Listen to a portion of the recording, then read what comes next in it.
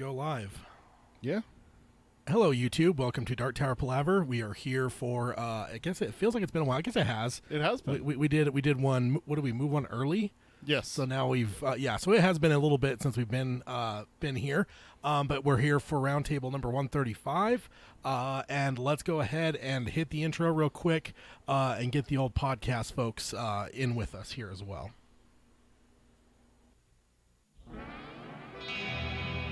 The Dark Tower by Stephen King. The man in black fled across the desert, and the gunslinger followed. Go then. There are other worlds than these. Death, but not for you, gunslinger. It's time we had our own palaver, I think, and it's going to take a while.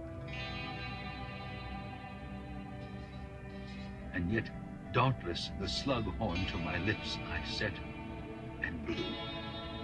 Child Roland to the Dark Tower came.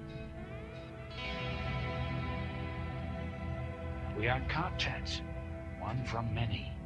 Let the palaver begin.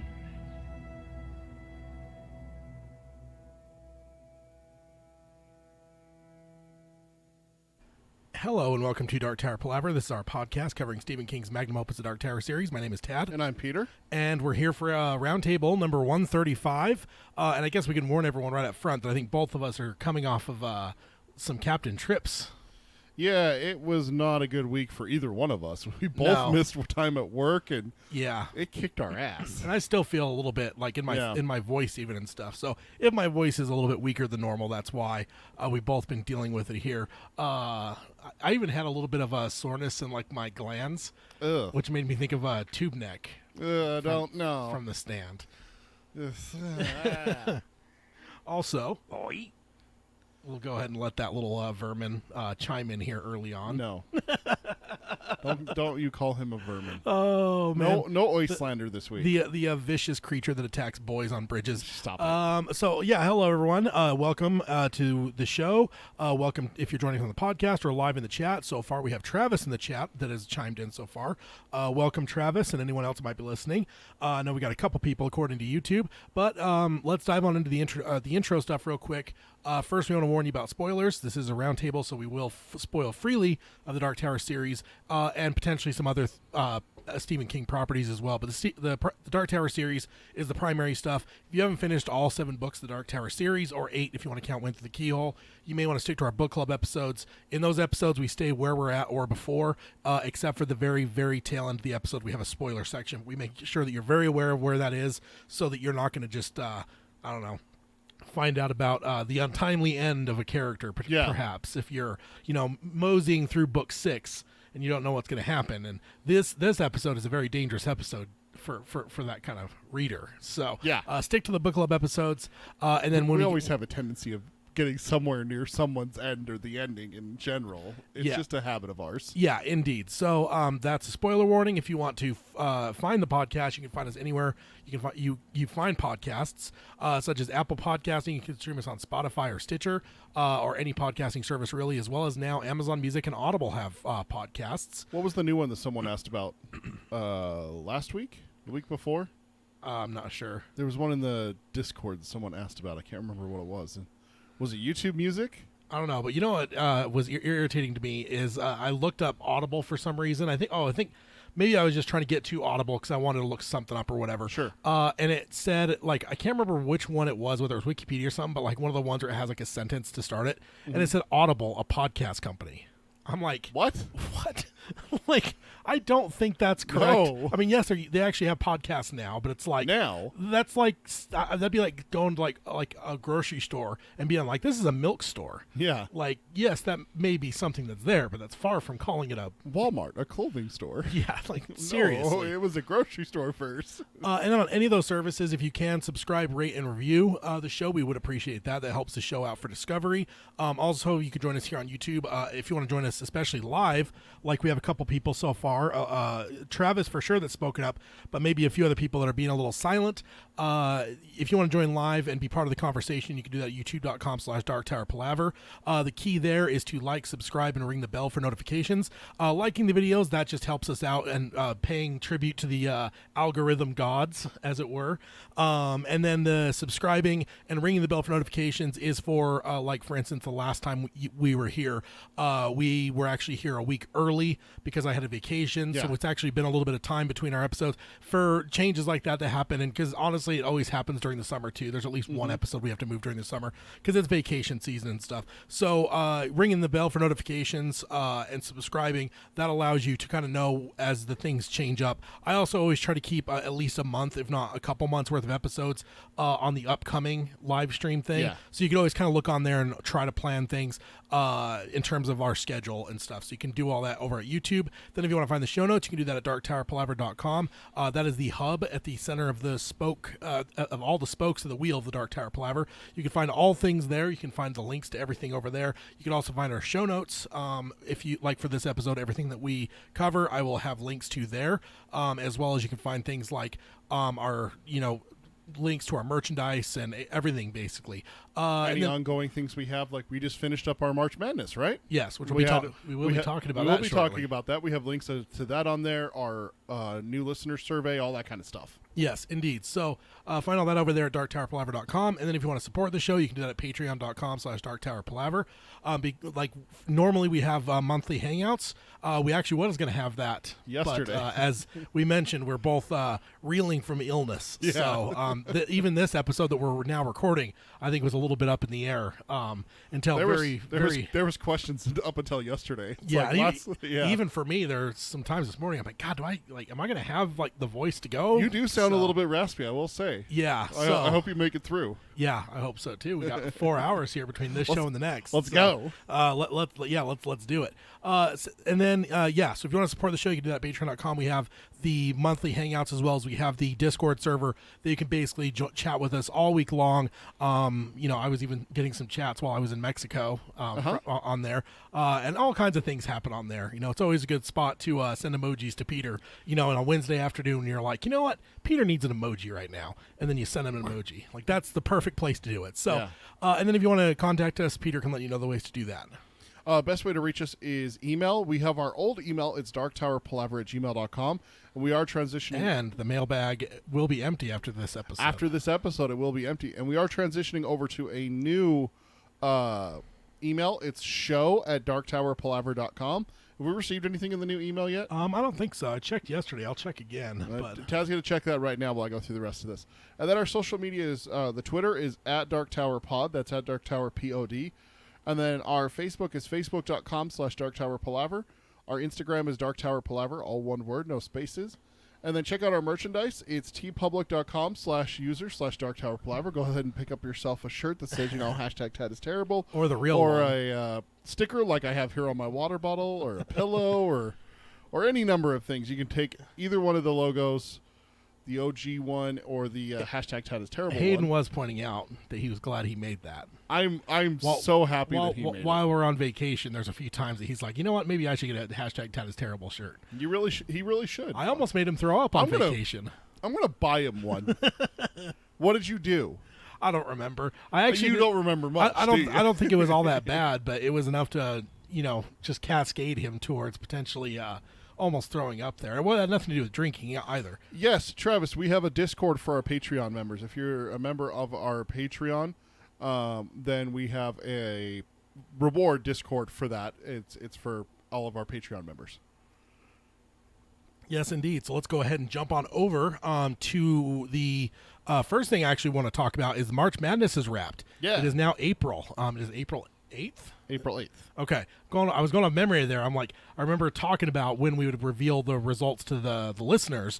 I did post some videos on YouTube, so you may have found some short videos there that kind of went round by round as the rounds ended. I came on and told the results, including from the beach in Mexico, because I happened to be down there. Oh, did you really? Yeah, so I just did the whole selfie camera and read the couple results for the semifinals, and then did one. I think I did one for the finals. Yeah, I did. I remember it So now. you want to hear something funny? I'm getting kind of punchy here, but yes, I remember doing it now because like it was in the whole whirlwind of coming back and stuff. But yeah, I did post one on April 1st. So the funny thing is that I do realize that it's been a week since it's concluded, and we have the video and everything like that. But I decided not to look. Oh, okay. So I don't know who won. Oh, really? I don't know what moment won. I decided myself, I didn't talk to you about this, and it just never came up in conversation this week. Of course, it didn't help that we were sick and everything like that. I don't know what moment won. I know it was between it's the opening line in the Traveler's Rest, right? That was the Yes. final? Yep. Right. Yep. And I did go vote. Okay. So I voted like the day that it opened for the finals and everything like that. So I just don't know who won. yeah, let me pull up my my notes. I don't know if I actually took those the finals. If I took it down or not. Oh yes, I did. I did actually. Okay, cool. So let's go ahead and first of all transition the slides to get us off the screen for a second because we block the Bottom bracket corners, here. So yeah, there is the bracket on the screen now. And so yeah, we basically had the opening line versus the showdown at the Traveler's Rest. It was pointed out, I think Chris from Australia questioned if maybe the fact of like maybe the way I named it opening line, not necessarily opening moment, and that people are conflating not necessarily the moment itself, but the line itself is so iconic that maybe that's what carried it this far. Because I mean, it's not a bad moment, but my God, it went further than I thought it would. But it did reach its end. The showdown. I can't believe that it beat me Command Me Nothing, and it also beat Eddie Kills Blaine. Yeah, it beat two that in my Those mind are it should- powerhouses. Yeah, it shouldn't have beat, but it did not get a third upset because the showdown at the Traveler's Rest did indeed win. Let me go ahead and get us back on the old screen here. I know we're blocking some of it. That kind of makes sense. I mean, the showdown at the Traveler's Rest is so good. It does make sense, but again, twice the opening line has won ones that in my mind sense would have said they would have lost. Yeah. So I was like, it's already upset two. Is it going to upset a third one? Is it going to go all the way? Is it gonna go Are we going to get the full Cinderella story? So the opening line got 33% of the vote to Showdown at the Traveler's Rest got 67% of the vote. Okay. So it was a handy victory for the Showdown. Pretty big beatdown. Yeah, which, you know what's awesome too, is so that is the 2023 Dark Tower Palaver March Madness winner. Yeah. There's a chance that we're going to reach that moment this year in the book club. Oh, that's true. Wow, that's not that far in. It's not that far in. Isn't it? Exactly. It's not that far in. So maybe. Ooh. As we're starting it, by the way, this is our March Madness of 2023 Dark Tower Palaver Insanity. We don't call it March Madness. We call it March Insanity. March Insanity, because March Madness is technically copyrighted. So, but also, of course, we're blocking it a little bit. I guess I can go like this and then this and make us a little bit smaller. But Dark Tower's March Insanity will return in 2024. Stay tuned as we get closer to the end of the year. We will talk about what topics potentially to cover, and then we will, once we have that pinned down, probably around Halloween would be my guess, and then over the course of the last couple months, we'll get nominations and weed down to 16 by the end of the year. So can I suggest one? Take it down, but yes, I will write it down. Hold on, let me. Because we had a few different times we've talked about this, and I think all those times we have not necessarily written them down. And I feel like we probably have lost some. Not that we can't think of them again, but I do think that there's a potential that maybe some of them have been lost in time, unfortunately. So March Insanity 2024. And then also while you're doing that, so Cody, welcome, as well as Leslie, and then and then Travis in the chat as well. Let's see, and then Cody says I didn't realize which one won. I liked Command Me Nothing to win. Yeah, me too. I thought that or the Kamala, Dancing the Kamala. Eddie killing Blaine. But I thought I've heard so many people say that as just like moments. It's just like that's Eddie's moment. And Eddie won favorite character, so it's like kind of goes hand in hand, right? Yeah. So that is the winner for this one. That joins the ranks of the first time winner, which was Rhea as the most hated character in the Dark Tower Palaver. And then most beloved was my boy Eddie. Most beloved is Eddie by Not one vote. Not Oi, like I misquoted for like 3 months. Yeah.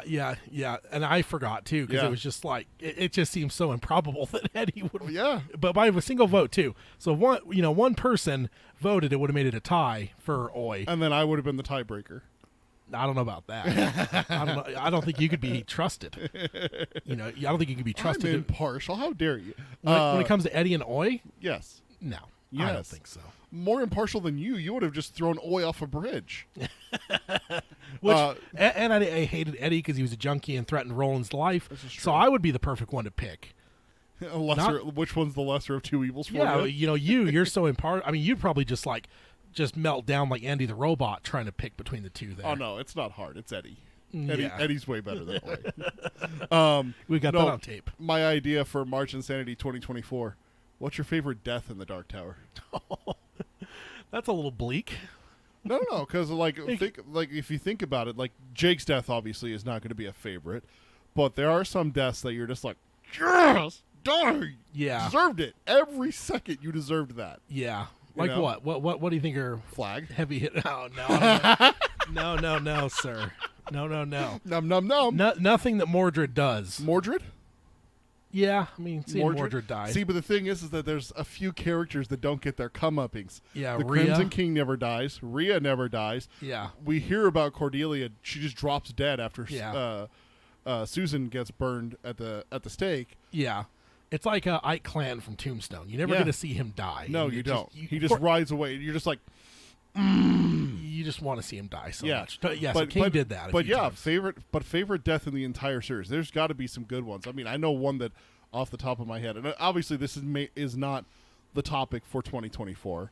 Yeah, This is it's just a, an this idea. is just a suggestion. So send them in Yeah. as well. Send them to us email-wise at show@darktowerpalaver.com. Yeah.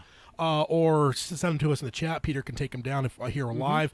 Send them in social media as well. What do you guys think? What are some ideas for the March Insanity 2024? And honestly, if you get a good one sent to us and maybe it doesn't get picked, it could be in 2025 because we do want to keep this going as an annual thing. So Yeah. let's go ahead and jump on over to the next thing, though. Get over the notes here. So this was a fun one from a little bit ago. It actually almost covered it on the last episode. We ran out of time, so I pulled it, and it was an interesting little article that is television is the only medium that Dark Tower could thrive in. I think we all agree, right? Yeah. Like TV's where it should be. I think we even knew that back in 2017. I remember even saying that to people on the show where it's like, I believe that yes, Dark Tower Palaver TV would be the best way to go, or Dark Tower would be the best way to go on television, but I was selfishly wanted to see stuff on the big screen. That's because you're such a movie fan. Yeah, exactly. So I mean, how many movies did you see last weekend after you came back from your vacation? 3. 3. Yes. Almost 4. Almost 4. Almost 4. Almost. And have you gone any this weekend? No. Because you're not feeling up to it? No, yeah, and then show prep and everything else. Yeah. Yeah. But yeah, I love movies for sure. So this is by Collier Jennings from Collider on March 3rd, 2023. And then it says, I did take a direct quote here. There are 3 constants in life: death, taxes, and one of Stephen King's books being adapted for film or television. That's a good one. That's a good line. I like that because it's true. It is. Like everything. I mean, we do have our big board. We haven't really seen it in a while because nothing's really changed, or we haven't got a lot of updates on things, so we haven't looked at it recently. But we do have the big board in our back pocket that we can pull out at any time to show the probably close to 24 projects that are in development right now between movie and television. That is interesting to think about. It's a lot, yeah. Yeah. So his first major point is the scale and scope of the Dark Tower and how it would fit television. He recaps the basics of the series, the premise of the whole thing, and then says that the sprawling epic that covers 7 books, and then that's not even everything. So I mean, and I think points out things like Game of Thrones, Wheel of Time. I almost said went through the keyhole. Wheel of Time. Like there's a lot of stuff anymore that's been happening on television that's some really large scale storytelling. The Lord of the Rings show. Yeah. I mean, they've been doing stuff on television recently that is just such a massive scale. I mean, now they're talking about redoing Harry Potter on television. Yeah. There's talk of that. I mean, there's obviously they're also in talks about the Lord of the Rings. They said that they're looking to do some more Lord of the Rings stuff. So yeah, it just thinks television scale wise, there's a lot going on television. Television is, when we say television, we also obviously mean streaming as well. Yeah. Oh yeah, for sure. That's kind of what's television now. Yeah. So streaming / television is the new, and it has been for years. I mean, you go back and look at it. The Walking Dead came out in the 2010s, and Yeah. that was based off of a comic book, Yeah. and it was told in television versus going onto a big screen, because you could have made a Walking Dead movie. Oh yeah, for sure. You could have just made a Walking But Dead it never movie. would have been what it ended up No. being. Too. No. That's the other thing too. Is if Walking Dead was adapted for a movie and it turned, let's even say it turned into a trilogy of movies. Do you think that trilogy would have been anywhere near the size and scale of what that show ended up being? That show spawned so much. 2 sequels, Yeah. about to be a 3rd sequel, if I Yeah. remember right. And then also, I remember watching it. There would be the new episode, and they would literally go to AMC had a show right after the new episode aired, where they literally had guests from the show, and it was a talk show talking about the episode we just watched. Yeah. And it's like, oh my god, this character died. Can you believe that? And it's like, no, I had no idea. And I know. it's just like, I know how they came up with that. Someone at AMC was watching a sports game, and they're like, "Oh, here's a 2-hour pregame show." At the end of it, oh, here's an hour postgame show. It's like, Exactly. we should steal that. we should do that. This is just more time for us to talk about our show, and they did that. There's podcasts, there's everything with the Walking. It's still going. Yeah. So He also points out his Dark Materials on HBO, Shadowhunters on Freeform, and points out how the medium of television allows these shows to stay faithful to their source material. Mm-hmm. He mentioned that the latter two properties were previously adapted for screen, but the shows were where they both wound up turning out better. So yeah, there's even some where movies happened, failed, and then they tried it on television, and it was a far greater success. So yeah, there's a bunch like that. yeah. His next big point is the Dark Tower features plenty of connections to the King's previous works, which we all know and love. We all do the Leonardo DiCaprio, don't we, when we're reading, and there's a reference to something else. I literally just had one because I told you about it because I'm reading 4 Past Midnight. Oh, yeah. And it's the 4th story in that it's I forget what it's called. It's the one about the camera, and it's a picture of a dog. And as you take pictures, no matter where you're pointing it, it's a picture of a dog, and the dog starts to turn, starts to snarl, and starts to jump towards the camera like in slow motion, making it seem like it's going to come out of the camera. Yeah. I got about 2 hours left of it, and then I'm done with that collection, by Is the it way. a beastie St. Bernard? No, it's not. It's black. It's beastie. And the more and more the guy gets a look at it as it turns, it doesn't look like a dog. It looks like a monster, which is, of course, very uncomfortable for me. Yeah. I'm hoping it has glowing red eyes. Yellow. No, it's got yellow eyes. Yellow eyes are pretty They're creepy, pretty. too. They're pretty good too. Yeah. But I forgot my point now. I forgot what we were. Let's see. What did I miss in the chat here? We got some flag slander. No. Leslie says, I was just going to say, Peter suggested that just to nominate RF. Okay. Yeah. So she's calling you out here. It's a very satisfying death. I'm sorry, but it is.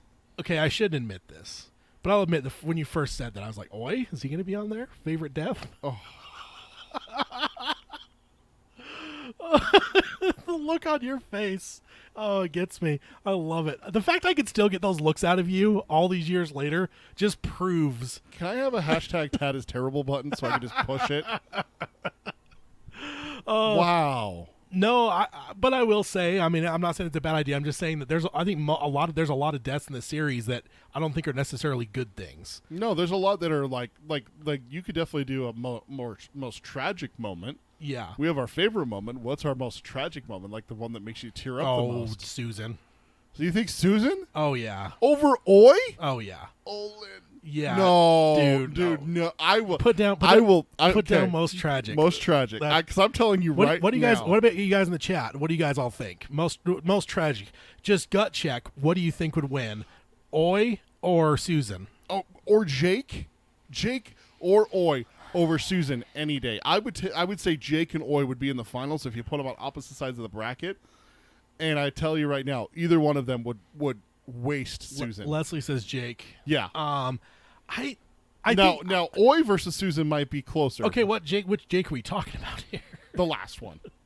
Because see, I don't think that's as tragic because that's like a gunslinger doing his duty. No. You want to know why it's more tragic than the other ones? Is because you have to watch Oi suffer. Yeah. That's it. That's what makes those deaths so hard to watch. We've talked about this before. Yeah. My wife suffers from this. It's not when a character dies. Yeah. It's when you have to watch another character who loves the character who dies. It's like the suffer. first 10 minutes of Up. Exactly. It's not that she died that's so tragic. It's watching him have to go through the motions of the funeral and then go home to an empty house. That's what sucks. Yeah. That's what rips your heart out, and then you stomp on it. I think there's just something about Susan's that's so fucking raw, and I just feel like if there's anybody that's the least like involved that gets a tragic end, I think it's her. So I would guess probably Susan would end up with the most tragic if that was to be a March Madness or March Insanity bracket. But yeah, that's just a guess. I'm just saying, Jake and Oi would thrash Susan. Would absolutely. I'm my prediction. I think that it would be like we're talking like 80-20 here. Yeah, or higher. Yeah, I don't know about that. I think at some point that'll end up being one of ours, whether it's this year, next year's or not. We will end up doing that one at some point. I mean, that's 2 years right there. Most satisfying and most dissatisfied. Are you very satisfied with this death or dissatisfied? I was going to say dissatisfied is a whole different thing, not tragic. Tragic. Yeah. Dissatisfied, I mean, some people will probably vote like King showing up in the series. Yeah. The ending. I'm not saying dissatisfied moment. No, I know. I'm just saying that. Yeah. So going on to the next point in his article here, I already mentioned that it's King's previous works. He then points out that the connections to the other works is something that a show could utilize. He also quotes King from Wizard and Glass afterward, who called the Dark Tower his Jupiter, and it's the planet that dwarfs all others. He also points out that King himself shows up in the series and talks about how Flanagan could use these things to enhance the story and give a jolt of serotonin to constant readers. And I think it's true, and honestly I think it's almost easier to do on television or streaming because I think film rights are all tied up, but TV rights not as much, right? Yeah. Like Castle Rock showed that. Like they had some stuff pull up of Castle Rock that if that would have been a Castle Rock movie by J.J. Abrams, I don't think you could have got some of those things in there. No. But the fact it was on television, it's kind of like, you see that sometimes with like movie characters where they're really tied up on the big screen, and then suddenly they're just like, well, cool, make a TV show, and there's just no encumbrances there because it's television. So, well, that's what they ran into with like when they were doing like the Arrowverse. They couldn't use Batman. Yeah, because Batman was tied up at the time with Gotham, I think is what it was. Well, no, even that. There's all kinds of like talk that Batman's all tied up with like, is it CBS still that own the old Adam West show? Oh, is that what it is? And that's why they just keep making all these dumbass shows that don't have Batman in them. Like they could have Bruce Wayne, they could have all these other characters, but Batman himself, television-wise, which makes sense, back in the '60s, was sold to CBS or whatever network it was for the Adam West show. Okay. So whether that's true or not, because I think James Gunn recently tweeted something saying that they would have the ability to put Batman on a television thing, which is an interesting thing. They need to do that. So, how has Batman not had a television show in what 30 years, 50-something years? Well, I mean, animated. We've had animated a couple times. Yeah, but we haven't had anything for just Batman, just a Batman show. Yeah, since the Batman the animated series, or there was Batman Beyond. Batman Beyond. Even after Batman Beyond, there was Batman Brave and the Bold, and a couple others that were just like kids. But where's an adult? I mean, we got Harley Quinn, we got stuff like that. Give me a Batman. Yeah. His last major point is asking, will this version of the Dark Tower get off the ground? He says that Flanagan is not breaking new ground with going to TV, as J.J. Abrams and Damon Lindelof, fresh off of Lost, were looking to develop the Dark Tower for TV back in the day, but it never got off the ground. He then talks about Mazzara's attempt, leaving off the fact that the movie version was meant to have a TV element as well. That's just a note for me, because this will be the third time I think that television has been not necessarily full on attempted, but talked about, because the original one was movie, television. No, originally, like way back in the early 2000s, like right around the time that before 2010, J.J. Abrams and Damon Lindelof were looking to do a show, and then you had the movie one that was going to have a show element, and then you had Glenn Mazzara. So there's this will be Flanagan's would be a fourth attempt at a television, or not. I guess attempt may be a strong word. It's the fourth time that it's been thought through to be a television show. So, but there's probably a reason for that. It's probably the right route to go. Yeah. But then he says, Flanagan does have a long road ahead of him, of course. But yeah, like I said, this is one I meant to cover previously, but didn't get to it for time-wise. Same with this next one, which is why the date is so crazy. This one is from February 20, Let me go ahead and change the slide here. It's from February 25th, 2023. This is by, it says 6 Reasons Welcome to Derry is more exciting than It Chapter 3. Because there was a lot of rumors that an It Chapter 3 was going to be in the works, movie-wise. And, basically this is just drawn down like, what's more exciting? Welcome to Derry, and you're obviously a big It fan. So, and I agree. I mean, I remember not even that long ago, maybe 6 or 8 months ago or so, I think I was saying like, give us an It Chapter 3 before Welcome to Derry was like announced. It's like, dude, do it at Chapter 3, man. Just dive. You can do an entire movie just off all the history stuff that they didn't touch in the movies. Just give me Mike investigating the stories. Yeah. And literally he goes and sits down with an old person, starts talking about it, and when you get the as it goes back into the past, and you see the Bradley gang, and you see the lumberjack story, you see the Black Spot, and you see the Kitchener Ironworks. Well, maybe not that one. Oh, you can go back to the freaking settlers. Yeah, give me that. Yeah. That's so. The 6 Reasons. This is by Kayleen Pierce Bowen from Screen Around. Again, February 23rd, 2023. Number 6. Welcome to Derry can fully explore the 27-year curse. She recaps the basic idea that since the 18th century, Derry has dealt with a cycle of more or less 27 years. She basically asks, why is it that Derry? Why is it 27 years? Why does it have this interval like it does? And just says that you're never really going to have the time in a movie to explore those questions. Yeah. But in a show, you'd have the hours to go through and explore some of these questions, like why is it every 27 years, and explore maybe a wider array of victims, maybe survivors. And what they're haunted by and all that kind of stuff, which is that's an interesting thought for sure. I'm pretty excited for Welcome to Derry. I know we've talked about it a little bit, but yeah. Number 5, Welcome to Derry's format allows for a long-form storytelling. She points out how the beauty of streaming is it allows for long-form storytelling, allowing for greater depth with settings, events, and characters, and it gives writers, directors, and actors more room to play with the elements that movies never leave time for. And yeah, I think, and that's why I've been saying, dude, I want to see The Shining done modern day streaming-wise television.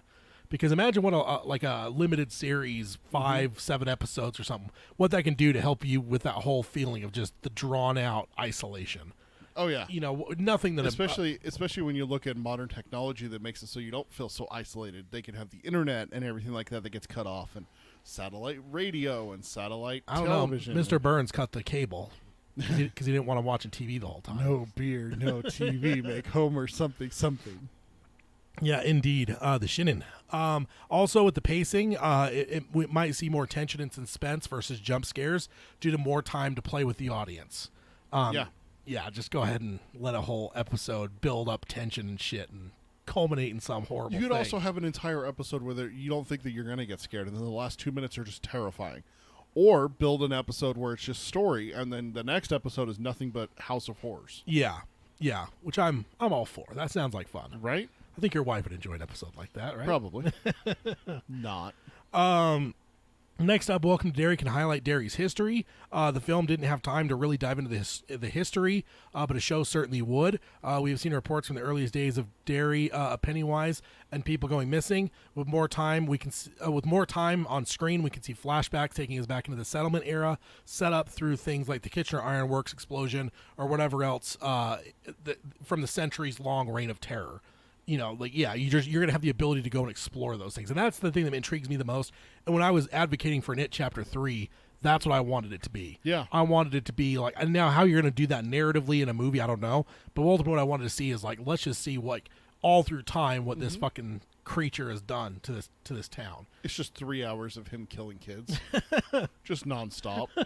You just jump from cycle to cycle as he just give like the most horrific death, like the girl, Chapter 2, the girl under the bleachers. Yeah, like that for 3 hours. Yeah, that's what you want. Why not? Ugh. No thanks. Let's see. Welcome to Derry can cover next one can cover Pennywise's origin story. The film alluded to the origin of Pennywise, but it was not explored heavily. A show could take us into that. The Macroverse, the Deadlights, the other things, like why a clown, for instance. Things that would really be tough to do in a 2 to 3 hour Chapter 3 film.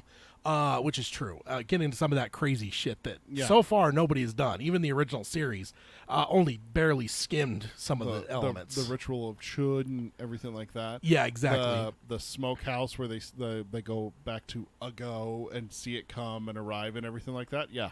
Yeah. She also points out that the show should focus more on the primordial essence of Pennywise rather than Bill Skarsgård. And I don't know about that. Hey. Yeah, it's like, I don't know. I mean, I think she may be kind of caging in case Skarsgård's not involved. Can I tell a story real fast about Skarsgård? Yes. Last night, my wife and I were watching a streamer, and he was talking about how, just as a joke, he wants to learn how to do the eye trick the Skarsgård can do. And my wife obviously has never seen the It movies. And I'm like, yeah, that's what Pennywise can do. And she's like, what are you talking about? I'm like, Bill Skarsgård, the actor who plays Pennywise, can do that. And she's like, are you serious? I'm like, yeah. So I pulled up a video that shows him doing it in an interview with E.T.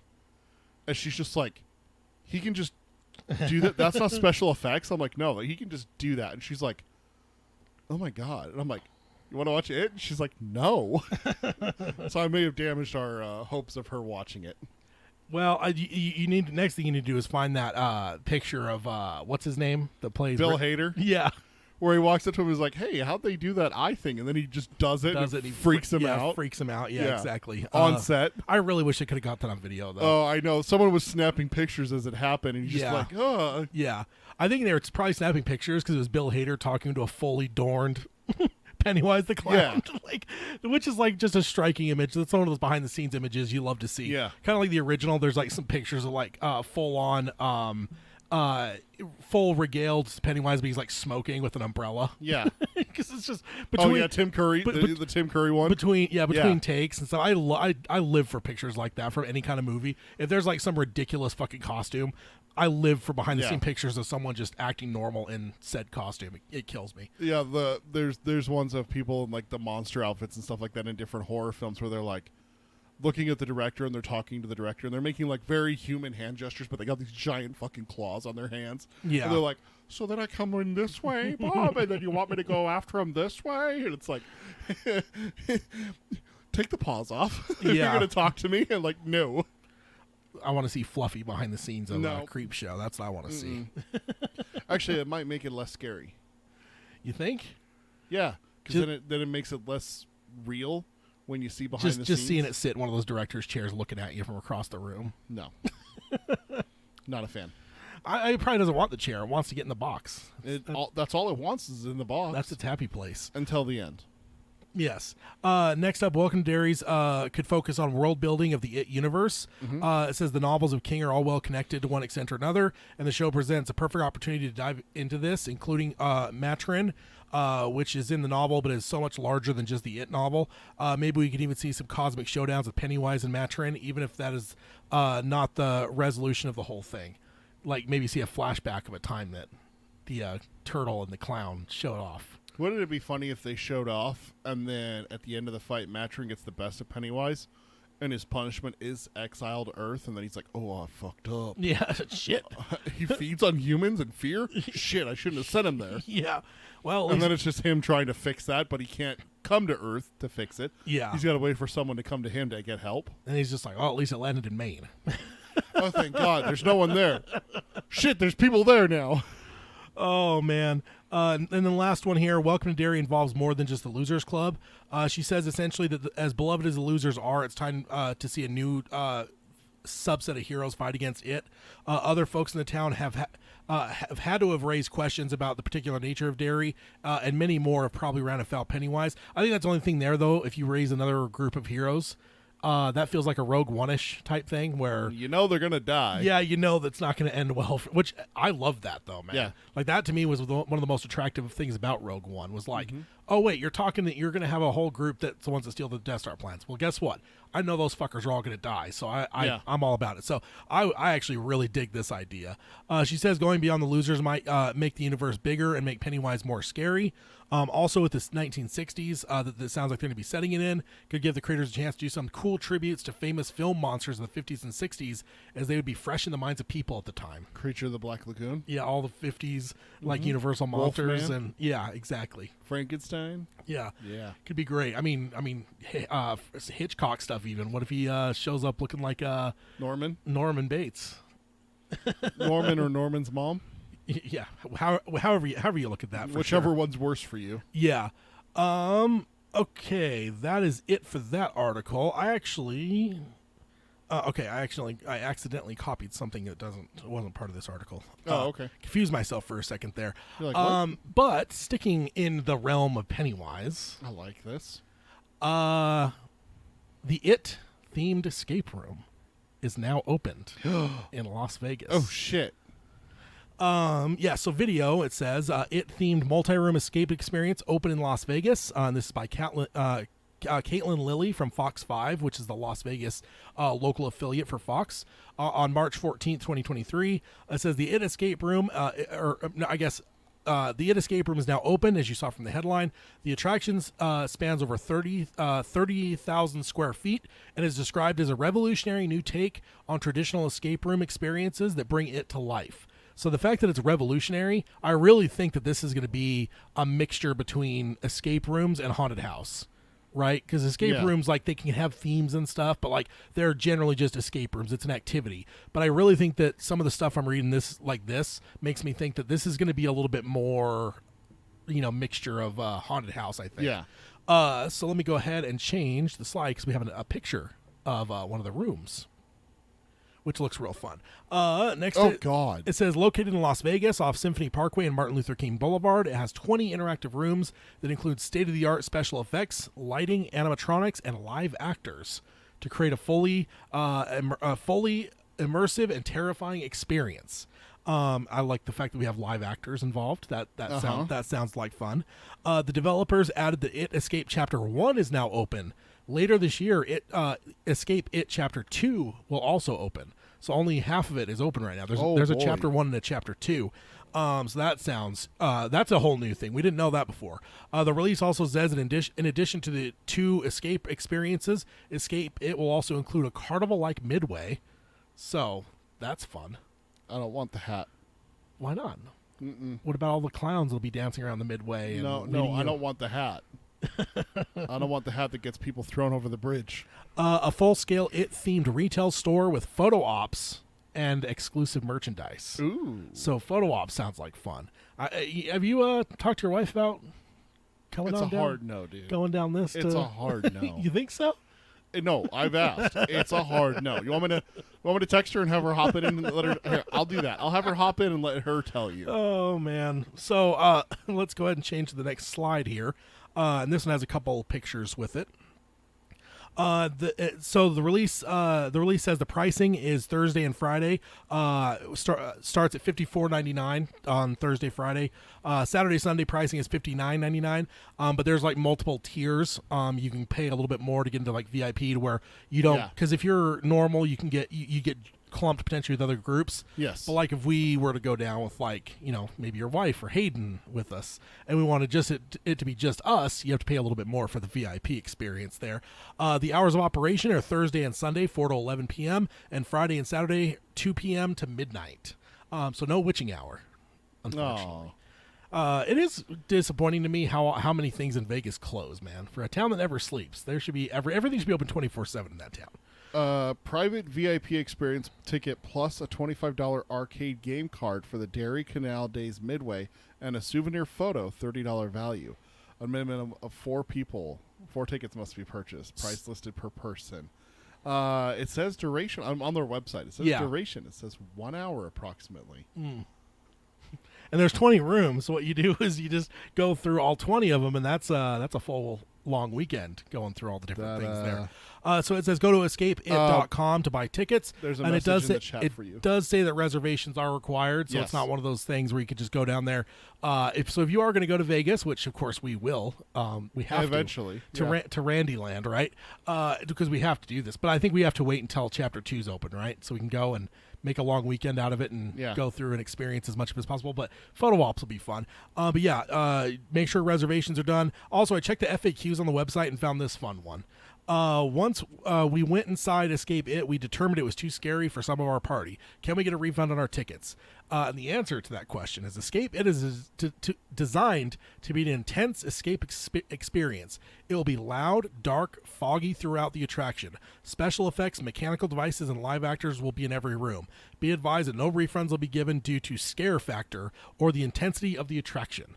And that just sounds wonderful to me. Doesn't it to you, sir? Doesn't that just sound fun? That actually does sound awesome. My wife's in the chat, so there's your answer, Tad. Hey, Lydia, my wife, love of my life for over 11 years now. Do you want to go? Go ahead and just give Tad your answer now. I know you've answered a couple times, but he's for sure, seriously asking if you would go. A VIP is 4, you know. Yeah, we need 4, so just wondering if you would be one. Rope Hayden into and go on down. She says hard no, Tad. There's your answer. My wife is saying hard no. Now the question is, are there any listeners living in Sin City? Yeah, I thought about that too. Maybe we'll have to plan something. But yeah, that's awesome. We've been following this now for a little over a year, I think. But yeah, it was supposed to open spring last year. So now it's opening about a year late. So maybe we've been tracking a little bit longer than a year. But yeah, it was delayed from spring till end of 2022. And now here we are in April, and it is now open. So here's a little bit from the About section on their website. There's no turning back as guests put their skills and critical thinking to the test, navigating some of the film's most iconic locations, including the infamous Niebolt House, the Losers Clubhouse, the Derry Canal Days Festival, and sewers below Derry, all while trying to escape the clutches of Pennywise the Dancing Clown. I hope there's at least one doing the dance from the new movie. We have to, right? Have to have that. It makes you wonder how many Pennywise actors are there, because I assume that there's not just one Pennywise roaming from room to room. I feel like there's probably a Pennywise in every one. So I hope there's a trailer on their website. Yeah, I know. So I have that link. It'll be in the show notes, so you can go and watch that. What I'm hoping is that there's a coffin freezer, perhaps, in one of the rooms. I hope. Hello, Baraki. Welcome aboard the episode here as we're talking about the It Escape Room that is now opened in Randyland, Las Vegas. But yeah, I think we should keep an eye on this for Chapter 2 to open, and then we should start planning something, even just a quick little jaunt down there. And hopefully it opens before the weather turns on us back, in the fall and winter. If it opens, midsummer, that'd be perfect to drive on down even. And have some. It's only a 6-hour drive. Yeah. 5 if you're driving. Yeah, I could make it in 5. I can make it in 5. All right. So next up, once again, still Pennywise themed. Oh my God! Hey, it's one of the hot things right now. So Bill Skarsgård is interviewed, and he talks about Welcome to Derry. So from this is from Jake's Takes on YouTube from March 28th, 2023. Billy Boy here was on the talk show talking about his killer role in John Wick Chapter 4. At the end, of course, he is asked about Welcome to Derry, just like we've been seeing for 6 years of doing this podcast. Whenever people are involved in King projects, they get to do interviews for other things. At the very end, they just sneak in a question about it. One thing I want to point out, too, Skarsgård, far and away the best John Wick villain in the series. Really? Not even close. Like, he's incredible. But how tall do you think he is? He's like 5'10", 5'11", 6 foot. How tall do you think Clancy Brown is? Guard from Shawshank. He's like 6'6", isn't he? He's huge, right? Yeah, he's tall. So there's a scene with the two together, and I think Billy Boy looked taller than him. No shit. And I'm like, Clancy's getting older. I'm like, I don't know if there's special effects there. I looked it up after the movie. I think they're Skarsgård's 6'4", so for an actor, he's a tall motherfucker. And Clancy Brown, I mean, again, he's getting older, so he's probably shrinking a little bit. But I was shocked in John Wick when the two were side by side, and freaking Clancy Brown wasn't like a head and a half taller than old Skarsgård. Wow. Clancy Brown's 6'3". So he is a little bit. Just I've always pictured Clancy Brown being like a 6'5", 6'6" type guy, because every movie he's in, it just seems like he's towers over huge. people. Yeah. Oh, well, except for Andy Dufresne, though, because he's also a tall motherfucker. He is. Tim Robbins, I think Yeah. he's a 6-something, too. So, but it just shocked me in the movie. That took me out of it for a second. Where I'm like, wait, what the fuck? What's going on here? Huh? How tall is Skarsgård? Yeah. But I do recommend listening to the whole clip, especially if you have seen John Wick 4. If you've not seen it, then I say check it out because it's awesome. And as I said, I believe he is the best villain in the series and best by a country mile, in my opinion. He did an incredible job. So let's go ahead, and I have a clip here talking about it. Let's go ahead and listen. About things that we love. I'm curious as to how much you have heard about the new It prequel series that was greenlit over at Warner Brothers. I believe it's called Derry. Is there any way that they could ever get you to go back to that role? And if not, what advice would you have to the next guy to put that makeup on? We'll see, you know, what they come up with and what they do with it.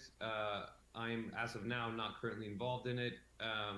And if someone else gets to do it, my advice would just be do it your own, make it your own, have fun with it. You know what I mean? So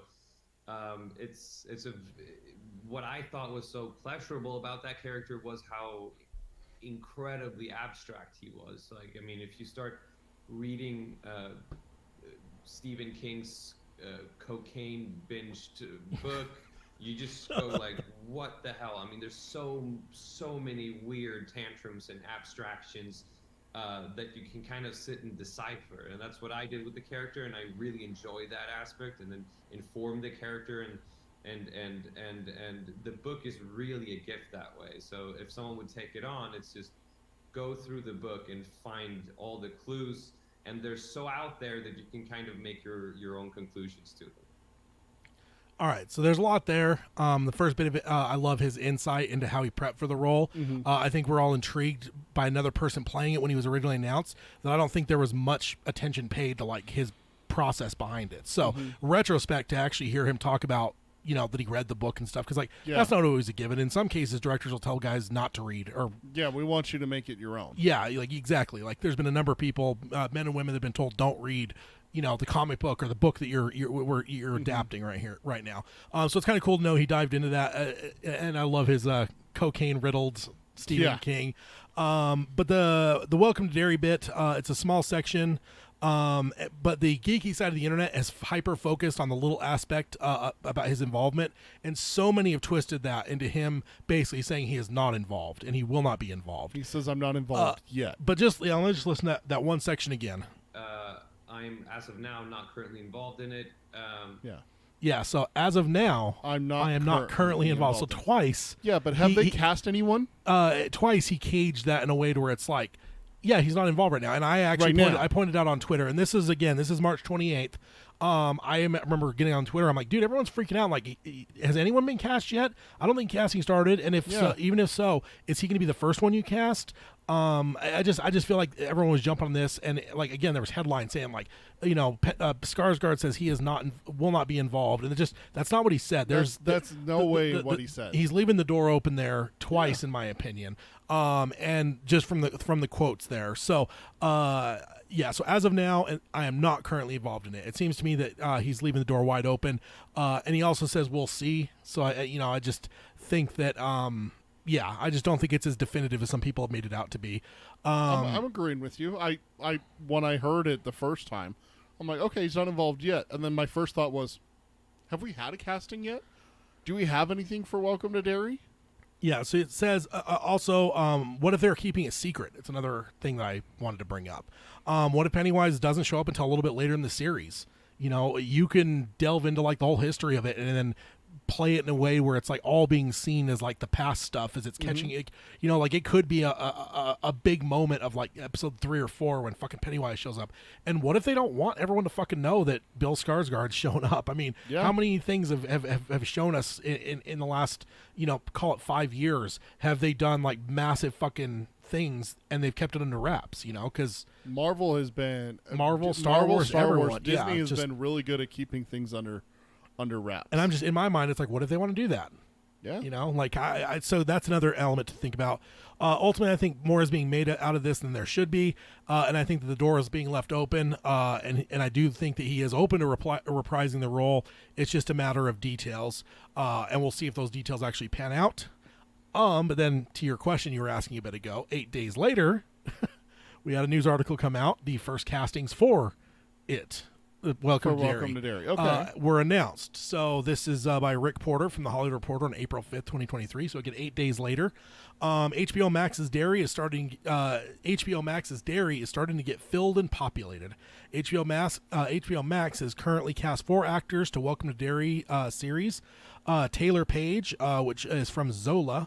Giovanna Depo from The Watchmen, as well as Watchmen, not The Watchmen, Watchmen, as well as The Stand. That is Larry Underwood. Mm-hmm. So I knew he looked familiar. yeah, Chris Chalk from Perry Mason, The Newsroom, and Gotham. I believe he played Lucius Fox in Gotham. I think is what. Oh, okay.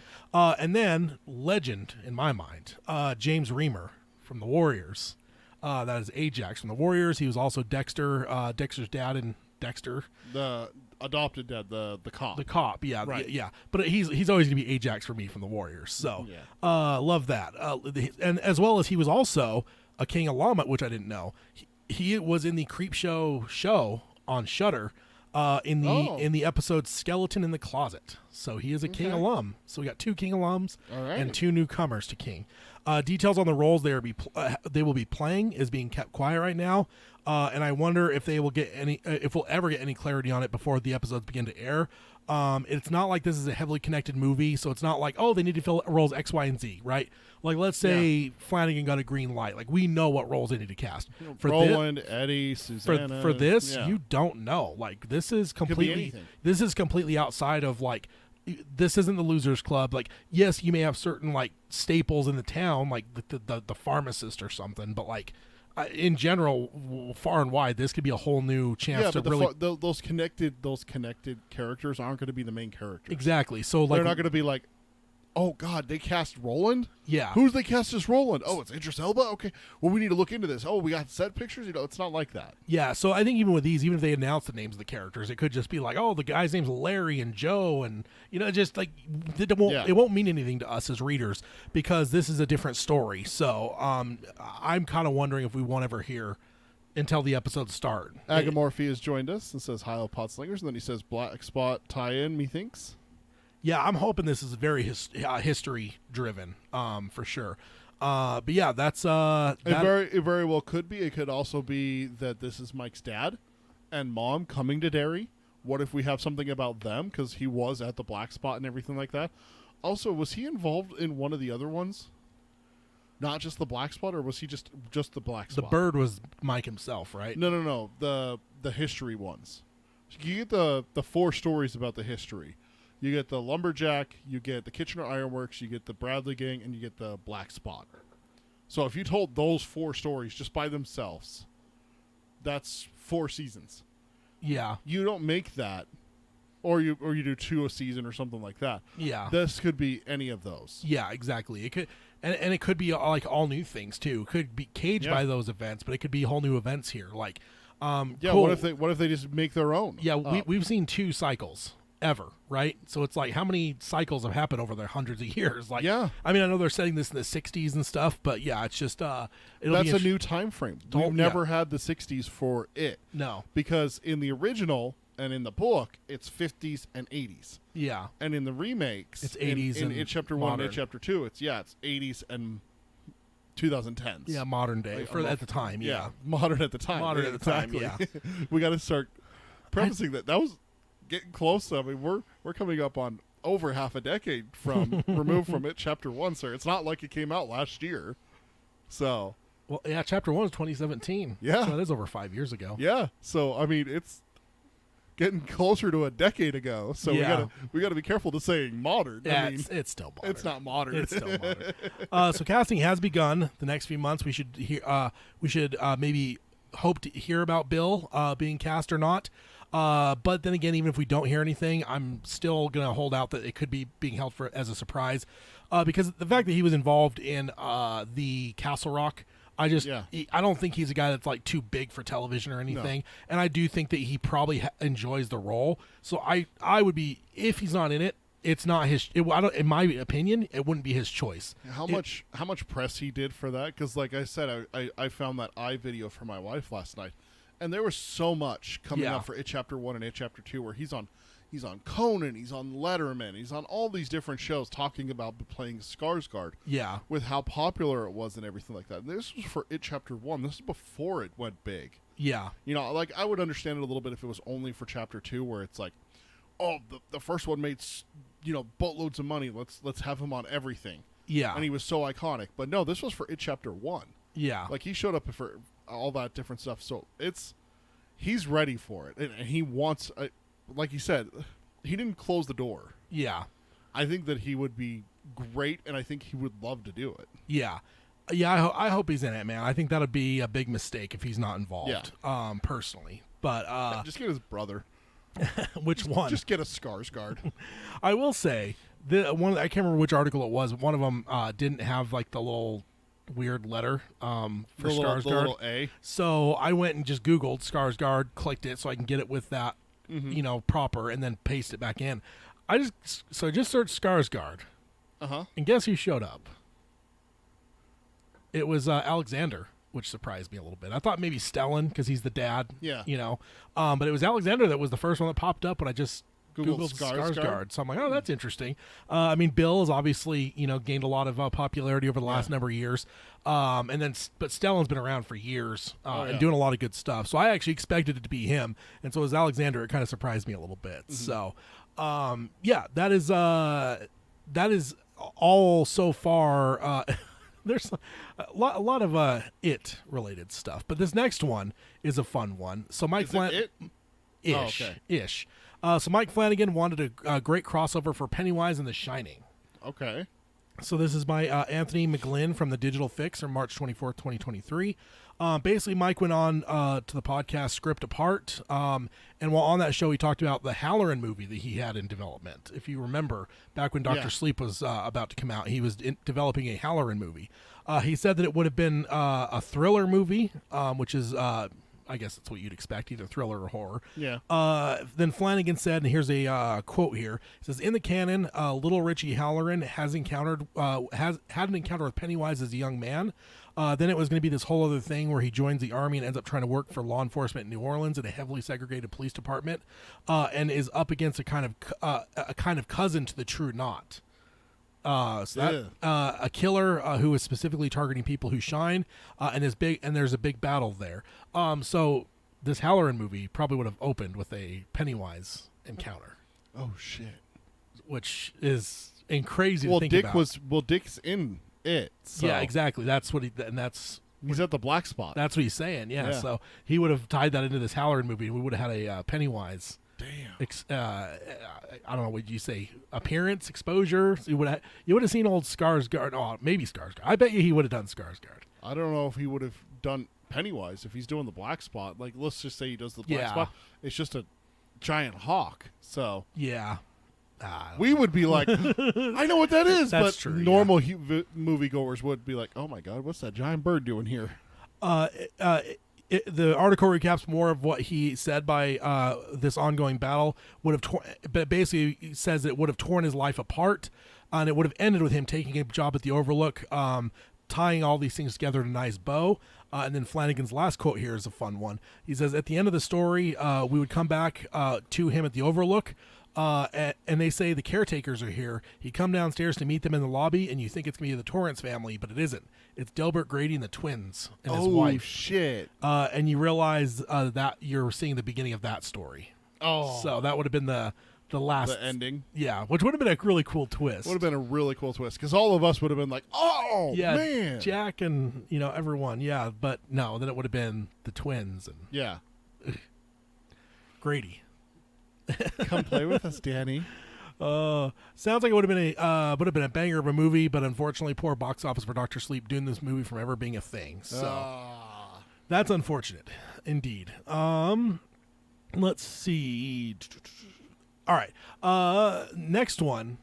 This is only slightly King related, but it came through because King's mentioned. I always get nervous when you do the Burns hands. He's over here just like, excellent. But it was an article. Why do clowns give the heebie-jeebies to so many people? Okay. And this is all their pictures. This isn't my doing, of course. This is their pictures. And it says the study has an answer. And this is by FP Explainer from the first post on March 9th, 2023. It says the study was done by the University of Wales to find out how common this phobia is. They built a questionnaire they had about 1,000 people fill it out. They found that 53.5% were scared of clowns to some extent, with 5% saying they're extremely scared. So just over half. That's I don't know what I would have guessed, but I don't know if I would have guessed that high necessarily. I would have. Yeah, I don't know. I swore I read somewhere that it's like the top 3 phobias in America. Yeah. They found the fear of clowns did reduce with age. So as they found older people, they were less scared of clowns. Also, it was the highest in Asian folks and lowest in folks from Europe. So that's interesting. I don't know. Highest in Asians? Yeah. That's okay. It's just what they found. All right. So, of course, I do have another picture because they did have a number of pictures on their thing there. So, I don't know. Is your wife still in here? No. Want me to get her back? No. I knew she was, and I was just joking. They then gave a further questionnaire to those 53.5% who were scared to investigate the origins. The reasons that they could choose from, they had 8 choices they could choose from to kind of try to discern where their fear may have started. The not quite human look due to the makeup, facial features featuring a direct sense of threat, makeup concealing their expression, triggering uncertainty, makeup reminding people of death, infection, or bloody injury and evoking a disgust avoidance, their unpredictable behavior creating discomfort.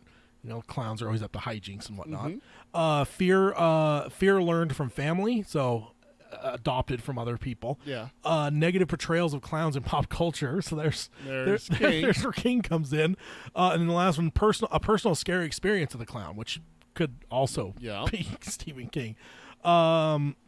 So what they ended up finding was the last was the least common. So bad life experiences was not the thing driving it, which makes sense. I don't think a lot of people are accosted by clowns on the regular. You don't really see clowns that much, do you? No. Yeah. Happy for some people. Circus is not exactly as popular as it used to be. Circuses? No. Yeah. No. I don't know. They should have pop-up circuses where clowns just appear in an area and just start performing and stuff. That'd be fun. I mean, we had that a few years back. You know, they were just standing on the side of the road. Standing on the side of the road in the middle of the night. Yeah. It says scary portrayals in pop culture was one that was commonly pointed out. It was actually the second highest one. So King can claim some healthy credit. Number 2 for the fear of clowns. The strongest one that was listed ended up being the concealment of emotion behind makeup and not being able to read their facial expressions. So, painted on smiles, you can't see if they're really smiling or not. Yeah. So, that was the number 1. So, okay. Found that was kind of interesting. So, King's got at least a 2 spot, man. Because you have like John Wayne Gacy, but like, does that really cross over into pop culture as much? The thing with Gacy that's so bad with it is that it happened, and while his trial and everything like that were going on, that's after he was convicted and everything. That's when it came out. Yeah, like the book, and then just a few years later, we have the miniseries. Yeah, so it's just like the perfect set of combination. Yeah, but I just think in general, like there was a fascination to an extent with serial killers, but nowhere with the kind of pop culture pervasiveness that they have now. So I just don't think that Gacy on his own would have caused the fear that we have. I don't think that it would. I don't think that Gacy alone caused the fear, and I don't think that Pennywise alone would have caused as much if it wasn't for a real life example of Gacy. The fact that you have a killer clown as one of the most notorious serial killers of all time in American history is so much easier for people to justify being scared of clowns. It's like, well, I'm scared of clowns. Why? Well, have you ever heard of John Wayne Gacy? Yeah. But Pennywise isn't real. It's like, yeah, but he was. Yeah. So, no, thank you. You know, that's the kind of thing that I say. I think it kind of goes hand in hand. The fact that they were so close together.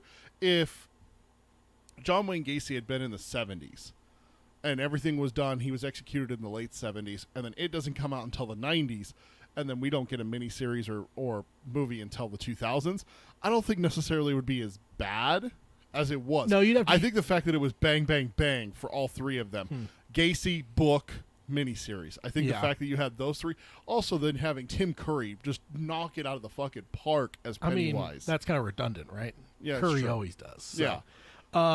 Now, what do you think, Dandelo? What do you think? Think that's a Bill Skarsgård role? Oh yeah. Playing that? Well, it's got to be an older gentleman, right? Yeah, it's not that hard to make people look older, sir. That's true. It's younger. is Max the, von Sydow was 40 years old when he played Father and Marin that was back in in The the what, Exorcist. 60s, 70s, 70s, yeah. early 70s. Yeah, 73. So- I learned that like 5 years ago because That blew your mind. yeah, because it was like he was cast in Game of Thrones and then he was cast in Star Wars. When I looked him up, it's like Exorcist. Like Father Marin, that's the old one. He'd be like 150 at this point. And then I looked up and did the math. I'm like, oh my god, he was only 40 years old. Yeah. Like, oh my dude, blew my fucking mind. We're almost 40. Yeah, so we're on the age of Father Marin in The Exorcist. I'm just a old man. Oh man, yeah. I think I've also heard some people say that Bill Hader would be a good Dandelo. Oh yeah. Well, I mean, he is a comedian. So Yeah, exactly. He's got the comedian thing. Also, he can look pretty evil too. plus his mimicry Yeah, is huge. So. it's very good too. Yeah, I think mimic wise, he's probably one of the best guys in the game right now. Anytime I see a thing with him on like a talk show, I'm gonna watch because it's always hilarious. Oh yeah. All right, so that's it for the news. Let's go over to odds and ends. The first one we have is David Dasmalchian. I don't know that's how you say it, but he's familiar. He's been in a lot of stuff. He's been in the Marvel movies. He was in The Dark Knight. He's kind of one of that guys for sure. But he had a quote here because he has seen The Boogeyman. Oh, has he? The upcoming movie, The Boogeyman. Ooh. He says, I'm sure Stephen King would acknowledge that his voice was shaped by Bram Stoker in a way. Like, I'm sure that was a huge influence on him as a young person, early reader, and as a young person, an early reader and writer.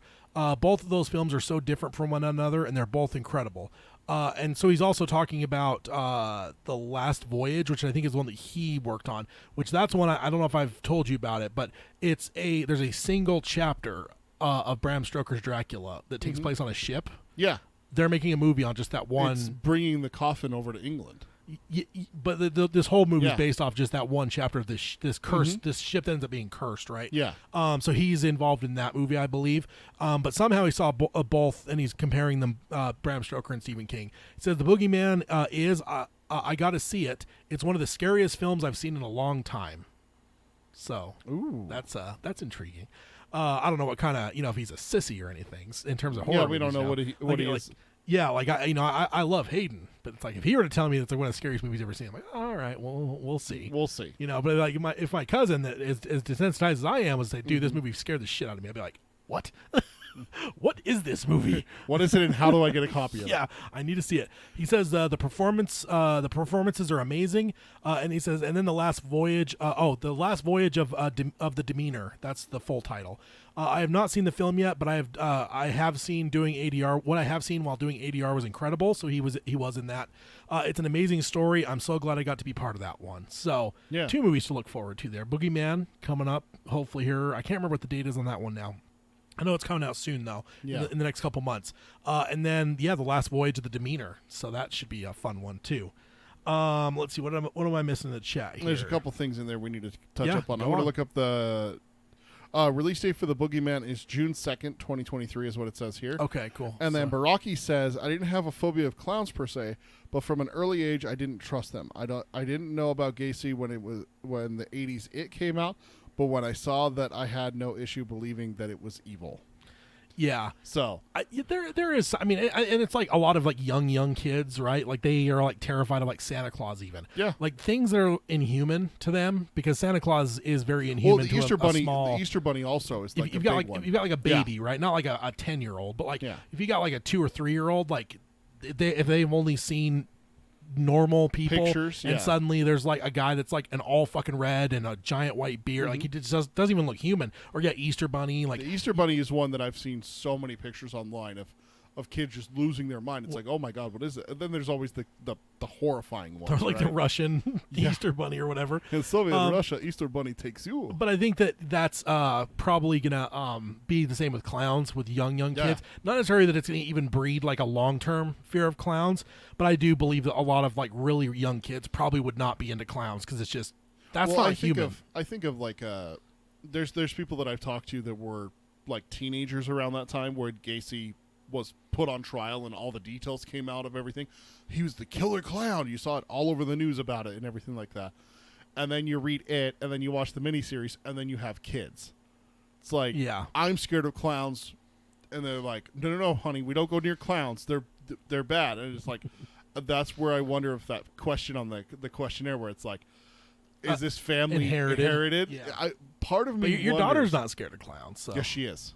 is she? Yes, she is. I thought she used clowns against your wife at times. She does, but she doesn't like them still. She's not terrified of clowns like my wife See, is. So me, I find clowns funny inherently, obviously. But then the fact that all these people are scared of them only makes them funnier to me. Yes. Like they're even more funny Because to you me have now. no heart. Like, I mean, in the old days, I used to have some ideas for like, like just like awkward, like public things with clowns. You know, get onto a clown gets onto a bus, sits in the seat, but doesn't sit straight. He sits sideways, so he's just like looking at the person across the way. Yeah. You know, just things like that'd be fun to expose people to. I'll be the cameraman hiding the camera. You be the clown. Let's see what happens. So Aaron in the chat says, Heil. Aaron from Oklahoma here. Heil, Aaron. If you could only see The Boogeyman or Salem's Lot this year, which would you pick? I mean, hopefully they're both coming out this year, but fuck, who knows?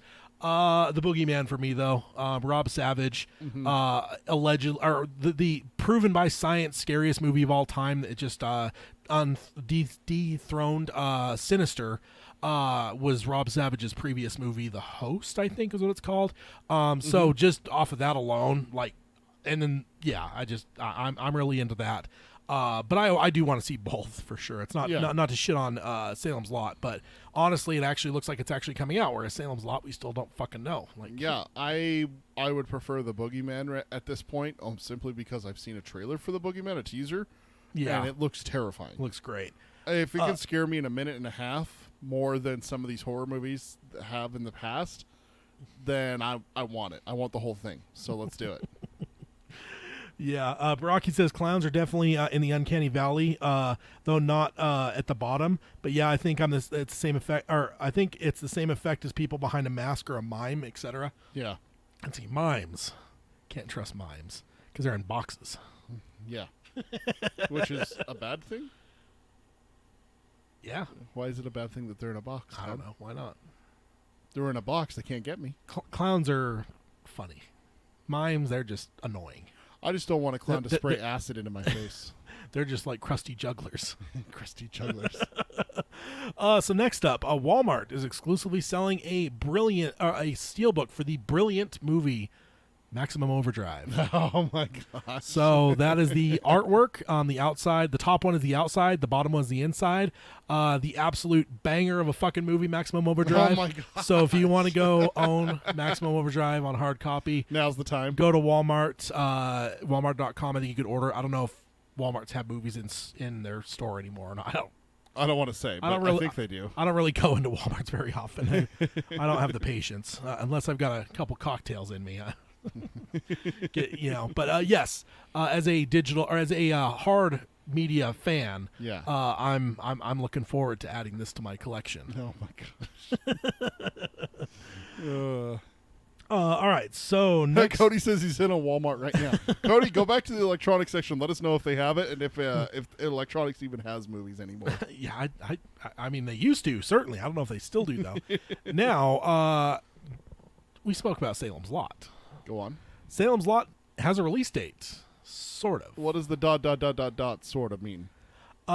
If this is correct, Blu-ray.com has it listed as July 3rd on Blu-ray. That is three. the hell? That is 3 months from now. So if this is correct, it sounds like Warner Brothers is sending it straight to video. Oh no. I mean, again, this isn't an official thing, but I will say Blu-ray.com, they're usually kind of accurate. So Are they? yeah. Is that just a site for when Blu-rays come out? Yeah, it's like kind of a Oh, I've never heard of it. yeah. So not great. Blu-ray.com, brought to you by the Dark Tower Palaver podcast. Yeah. So this is not a great sign. Not a good sign. Because if it's coming out in 3 months on disc, then it is not getting a theatrical release. Yeah. So yeah, that's unfortunate. But and again, there's still a maybe there because that could just be, maybe that was something that got submitted, for if it came out last year like it was supposed to, or it was supposed to come out in January too. Yeah, there's a couple dates it's Yeah. had where maybe this is just a from that where at some point Warner Brothers submitted the paperwork of like, oh well, we're gonna put it out in January and then it'll be on disc by July. That's the right and time maybe, frame. and maybe they're then showing that date, but that date is right now showing as the release date on Blu-ray for Salem's Lot. Yeah. So I don't know. That's very troubling to hear for sure. Agamorphy says Walmart is usually a good place to get DVDs, particularly King related. And then Robert says Firestarter should have gone straight to DVD. No, Firestarter should have just never been made. Is what I would have preferred the Drew Barrymore being the only one. That Because of this chop to the face. the chop to the face. And people shit on that movie. I didn't hate it nearly as much as I do with the new one. Yeah. That new one. Oh my god. All right. So next up, got a big one here. Holly has a narrator. For Is it Will audiobook. Patton? If it's not Will Patton, I'm fucking done. I'm gonna riot, dude. Don't. So if you checked your audiobook pre-order on Audible, you'll see that Holly now has a narrator listed. But sadly, it is going to be the first one that Will Patton does not narrate. But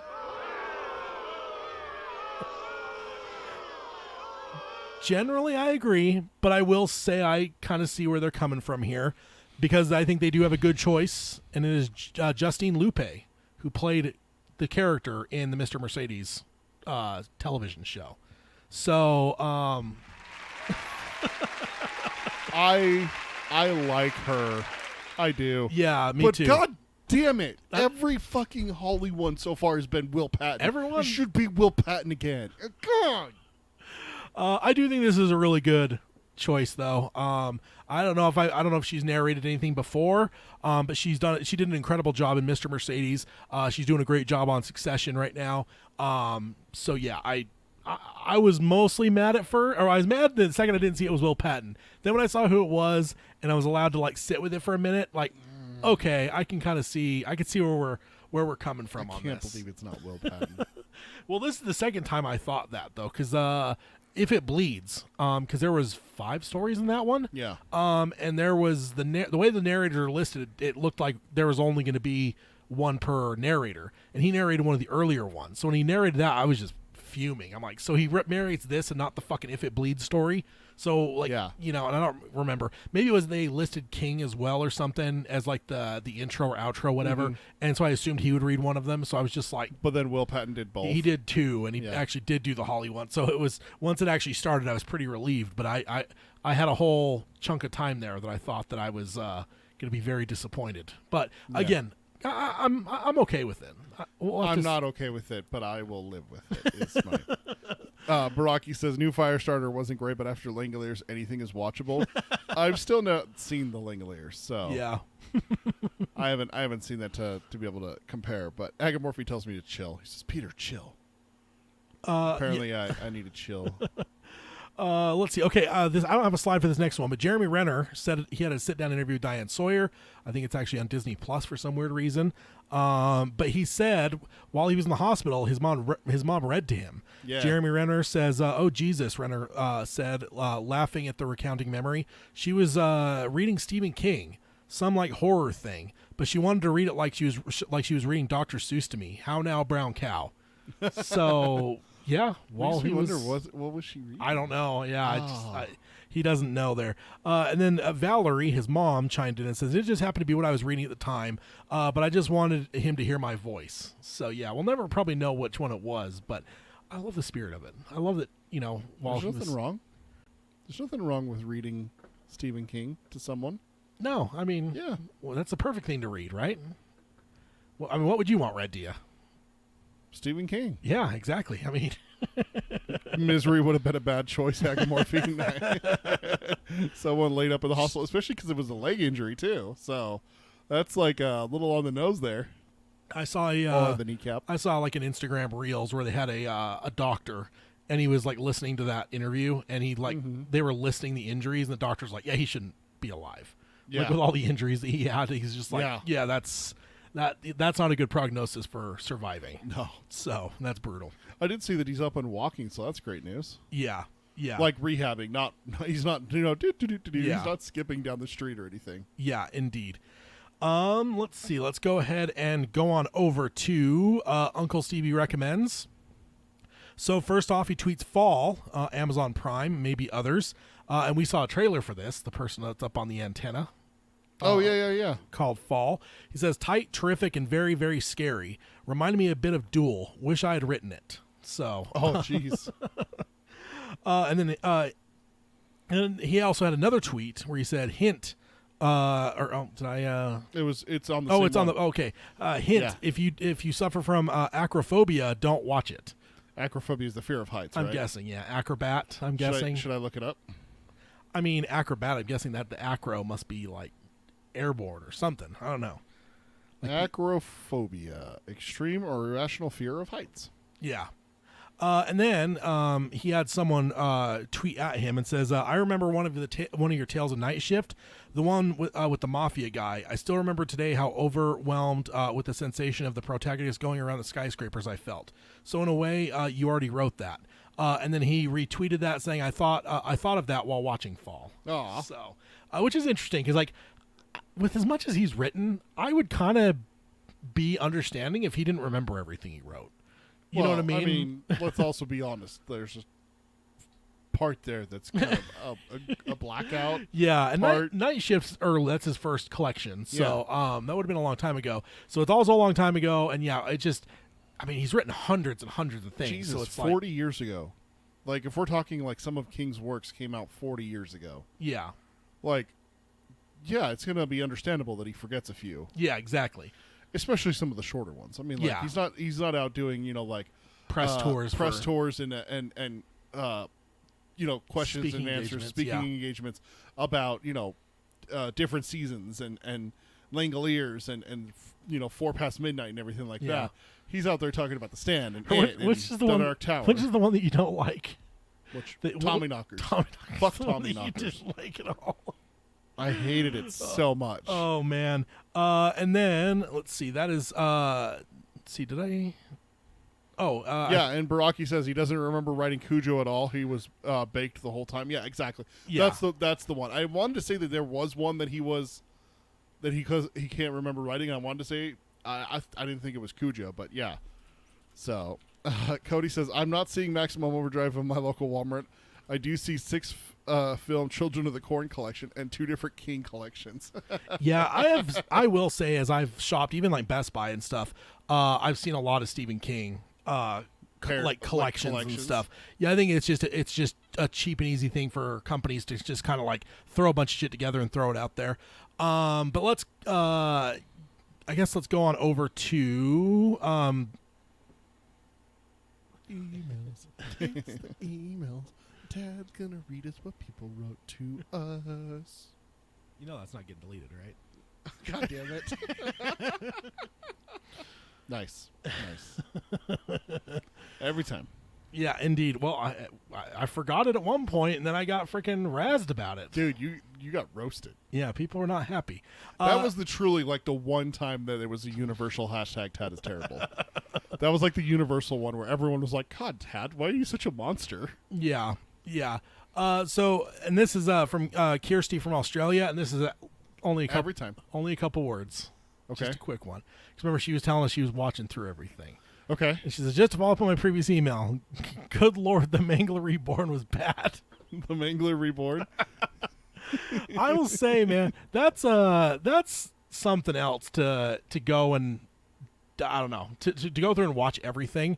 That's huge. I don't think I could do it. Like, there's some bad stuff in there, man. There's some bad stuff. Oh man. Cody says one of them is pretty good deal if you're not looking for Blu-ray or 4K.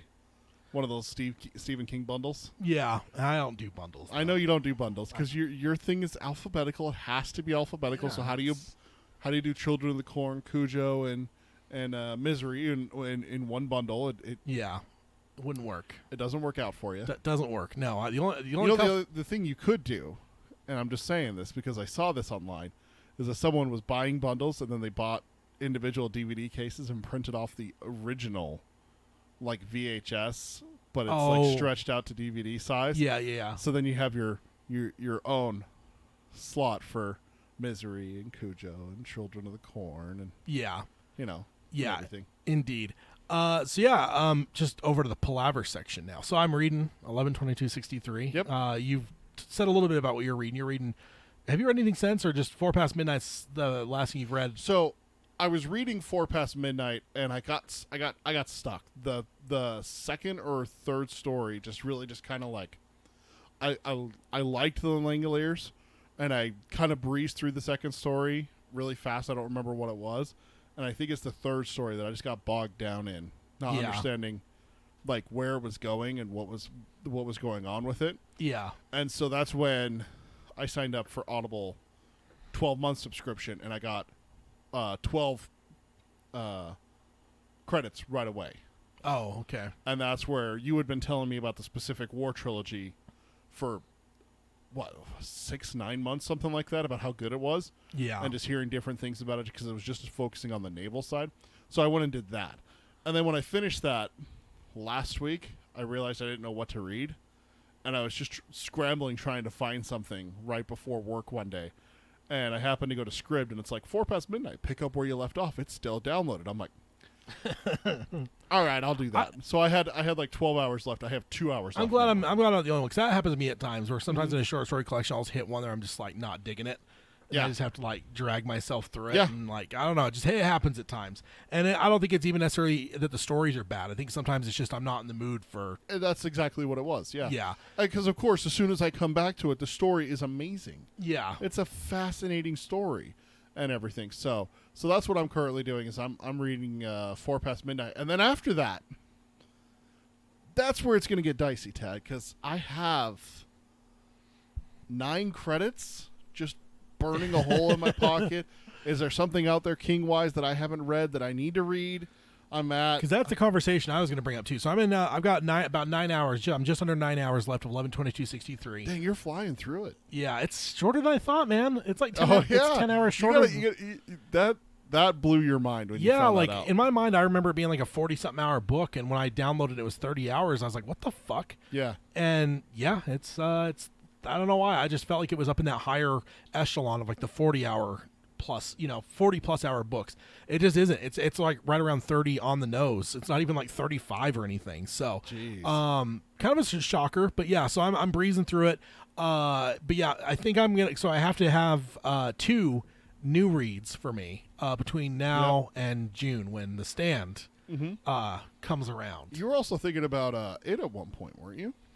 No, because I just did it last year or something like that. We did something for it that had me read it. So that one's not super close and pressing, but I'm circling it. That's one of the things that I'm questioning is, do I do something new, or do I do it, or do I do something else? and see me, I'm keeping my hard and fast rule. I've got to read 2 new ones for every one reread. So I've got to do 2 rereads between 11/22/63 and June for The Stand. So I do think I'm going to do Sleeping Beauties. You talked about that one. Really good one. So I guess my question is what else should I fill in for that other new Dude, one? how the fuck have you not read Gerald's Game?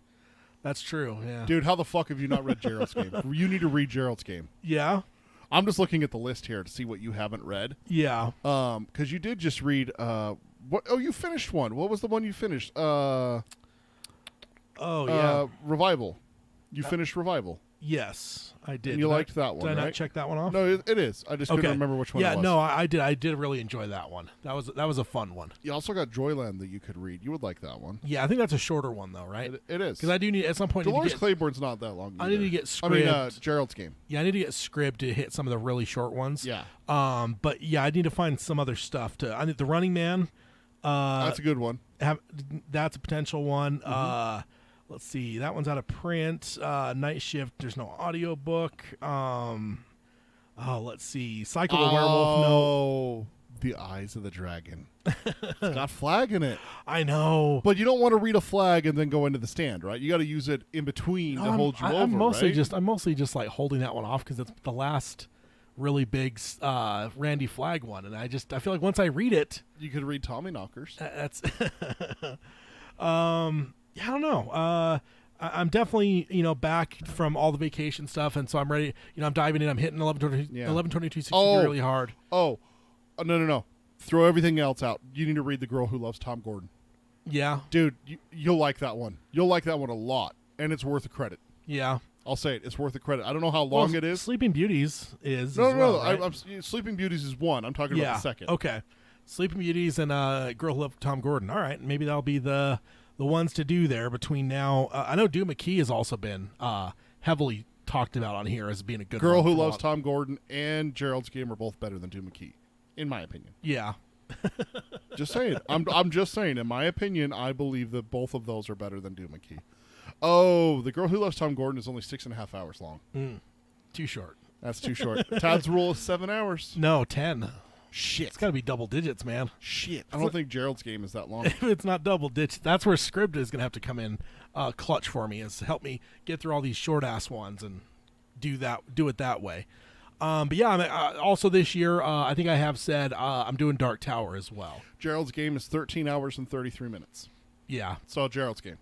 All right. I know Sleeping Beauties is plenty long too. Oh yeah, that one's a girthy. So I can do those two, and then The Stand, and then I can do some more new ones. And I do think that Dark Tower reread is definitely on the horizon as well. That's the other thing that's my question is I went back and I looked through my Audible. Yeah, Sleeping Beauties is 25 hours and 22 minutes. So that is a yeah, I knew that was a 20 plus hour. It is a girthy book, and I missed a bunch of stuff in the chat. I'm sorry. You want to catch up on that? Oh, no worries. I am going to look up. I wanted to bring this up, and I'm glad. Baraki says hashtag Tad rocks. No, I like that. Cody says one of them is a pretty good deal. If you're you read that one already. Agamorphy says the King Cast April Fool's episode revealing the Christmas Mangler was a huge laugh. And then Cody says, has anyone seen Kobo streaming audiobook service yet? Looks like a better deal than Audible. No, it seems like there's a lot of companies that are really trying to challenge Audible right now. Yeah. And which is good. There's nothing better than competition. But Scribd I need to hit too, because there's also that exclusive one. Is it called Flynn? When it was originally announced, right. King did a one that was exclusive on there. So, definitely there's some options out there. I've been a long time Audible person. I have no qualms with it for the most part, but I'm certain there's probably some places I should probably look into and see if there's maybe some places that are competing in better ways. Hey, if someone can get me the Night Shift on audiobook, I'd be down, because that's what we need right now. Yeah. Is one of the King's most iconic short story collections. Like that, there's been more adaptations off of that one than any of the other short story collections, and it's just some of those most iconic things, and there's just no audiobook for it, and that's a crying shame. Baraki says, Doom McKee, I got done with that one and had to check one more time if it wasn't written by Kuntz. It does have a very Dean Kuntz feel to it, doesn't it? And then he says Tom Gordon is amazing. Cody says Kobo is better price and supposedly has more selection. Ooh. Yeah. I'll have to check it out. I mean, the nice thing is that Audible, the stuff that you own. Yeah. I was worried about that when there was a point there where I had to cut back on some stuff and make financial decisions. One of the things was Audible. With my work situation, I couldn't listen to audiobooks as much. So I'm like, why am I paying for this? Yeah, during the pandemic, right? I'm like, this sucks. Why am I? I'm going to lose all these. And then I canceled it. It stayed, and I could still listen to stuff. And I was like, oh, shit, I keep this? Like, I own them? I'm like, oh, great. So it's not like I have to stay loyal to Audible. But when I was looking up on Audible, do you remember when I read Insomnia? Yeah. And I had that bitch fest about the music and everything like that? How long ago was that? Just an estimate. I don't know. Just a rough estimate. I don't even remember. Over a year? I don't remember. Yeah, I don't even remember when I read Over it. 2 years ago? Maybe. I mean, you guys remember here in the chat. I did it here on the podcast when I complained about it. That's the last time I read The Dark Tower. Oh, really? Is before that. Because at Audible, I have it by when I downloaded it. So I have The Gunslinger higher up because I downloaded it at one point earlier this year, but then I got sidetracked. So my bottom ones are The Drawing of the Three, Wastelands, Wizard and Glass, Wolves of the Call, Song of Susanna, The Dark Tower, and then Insomnia, Under the Dome, and the American Caesar book about MacArthur, Douglas MacArthur. That's the last time all of those were read since The Dark Tower. So I am desperate. I realize how desperate I am for a new reread of Dark Tower. Yeah. I mean, yeah, I have been going through books 1 through 3 as we do the book clubs. and everything, but I have not read or listened to The Dark Tower. Yeah. So it's just like, I absolutely do need to listen to The Dark Tower. I haven't done that for at least a year. Yeah. Possibly 2. I wish that it told you. I know. There's some stuff stats-wise I would love that for them to have. I do think we've talked about it, too, doing a one-episode roundtable, kind of 10,000 view, foot I have view. it written down for Went Through the Keyhole. Went through the keyhole. I think we should do that this year. You think it should be this year? Yeah, I think so. I don't know, because I've been thinking about that book a lot recently. I think I've thought about rereading it, although it's tough because I will actually be reading and not listening because I just can't do the King narration. Like, I don't mind him in a lot of short story stuff, but I just think that Dark Tower, like, it's Frank and George, so King just doesn't do it for me. But it's hard to go from those two to King. Yeah, exactly. Two of the best narrators of all time. It is. And King just isn't. He's a brilliant writer, but a narrator he is not. So, I mean, that's the only one I've had a problem with him, though. All these short story collections, there's even some like longer novellas and stuff that he's read, and they're totally fine.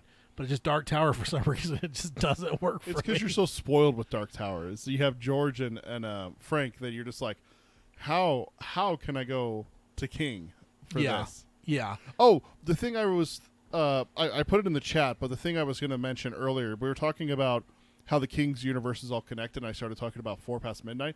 I mentioned this to you at work. It's interesting that in one of the novellas in that, he has mention of Paul Sheldon as a horror writer and Stephen King as a horror writer. Like, they're two real authors. But Paul Sheldon, for those of you who haven't read or watched it, that's the author from Misery. Yeah. So it's like Paul Sheldon's a real person and Stephen King's a real person. But Stephen King created Paul Sheldon. So it's kind of an interesting paradox in this novella. And then you just go cross-eyed. You're just like, wait a minute, wait. So if Paul Sheldon's real, then how did King create him for Misery? Like, how does that work? Well, like, we had that same problem in the Dark Tower series. With King's a character in there, and there's like Salem's Lot showing up in the book, and Father Callahan is looking at Salem's Lot. Like, so when did 4 Past Midnight come out? Did that come out after? I just have my list up. I think I have in my mind that's a more of a recent. That's a more recent one. Ish. It is. 1990. Oh, okay. So it came out before Wastelands. Okay. It came out the year before Wastelands. So it's not like he had that idea already. Oh, yeah. Had already done it. I'm thinking Just After Sunset. Oh, okay. Is the one that I was thinking of. Yeah, no. Has Tad read The Outsiders? There's another one that is very Kuntzis. Like The Outsider? Oh, yeah. The Outsider. Definitely read that. The Outsider or The Outsiders? Because there is a famous book called The Outsiders. Oh, yeah. No. King-wise, yes. King-wise, The Outsider, yes, Tad has read it. But The Outsiders, I don't know if that's what you're meaning, Baraki. Yeah, I have not read that one. The Outsider, yeah, he's talking about The Outsider. Okay. You have read The Outsider. Yes. I just remembered, though, you are right. I was missing one. You were? Yeah, because I was just looking at Just After Sunset is not checked for me, and I did read that one. So what's that bring our totals up to then? So that puts me at 46, which is 62%, and you've got 62, which is 84%. Out of 74 total is the totals. Yes. 46 out of 74 for Tad, for 62 out of 74 for me. For now. Yeah, I'm gonna wrap up 4 Past Midnight here in the next couple days. Yeah, I'm probably I've actually been listening to 11/22/63 a lot more than I would normally do. Now here's an interesting one for you when it comes to 11/22/63. Reading it now, first time I've read it in probably a decade, right? Yeah. So I had the complete opposite reaction. So in the first time I read it, and I think I've read it one other time. I think I reread it pretty quickly after reading it the first time. The first time I read it, though, I remember just kind of rolling my eyes a little bit about some of the love story stuff, because I'm just like, as a fan of history and a fan of the Kennedy assassination, all that stuff. I mean, I don't want to say fan. That sounds terrible. But as a one that's been interested about the Kennedy assassination, That's what a fan of that stuff means. I wanted to get to that, so I'm just like, get on with it, Yeah. But this time reading it, as he moved away from Sadie and then moved to like, Dallas and Fort Worth and stuff. This time reading it, I was just like, like, really? Let's just stay in Jody. Like, Can we just stay in Jody, please? Yeah, there's just a depression and a nastiness of like the places he lives, the all the shit with Lee Harvey Oswald's pretty terrible, but it was just a funny thing to strike me, because it was just a complete opposite, kind of like Dark Tower, right? The first time reading through book 4 freaking drove me absolutely fucking batty. I was like, I just want to get through to the tower. I don't give a shit about backstory. And now it's my favorite book of the series. But yeah, it was just a funny little thing that happened a couple days ago, where I was like, again, like they have that big blow up and stuff because he starts singing the Rolling Stones song, and yeah, it was just an opposite reaction to me, where I was just like, oh man, let's just get this resolved here. It's funny you say that. I had a similar thing happen the last time I read through 11/22/63. The part that I couldn't get enough of was the stuff that happened in Derry. Oh yeah, the stopping the Dunning family and everything like that. I couldn't get enough of that. Yeah. And then as soon as they moved past it, I'm like, oh, Florida. Ugh. And I just didn't want everything in between Derry and Jody. I didn't want any of that stuff in between. I wanted Derry and I wanted Jody, but I did the Florida stuff, the New Orleans stuff. Yeah. He goes to Texas for a while, and it's not most of it. That's not Jody. Like Yeah. when he first gets there, he goes to Dallas, and then he rents, and it's horrible, and the guy's an asshole to him, like his landlord and everything. It's just like, Yeah. I don't want this. And then I was like, can he just get to Jody already? And then he's like, got to Jody, and I'm just like, there we go. I'm better now. So if you're in that situation, Yeah. you get the rabbit hole. You doing it? Would I do it? Yeah. No. I'm sorry, but no.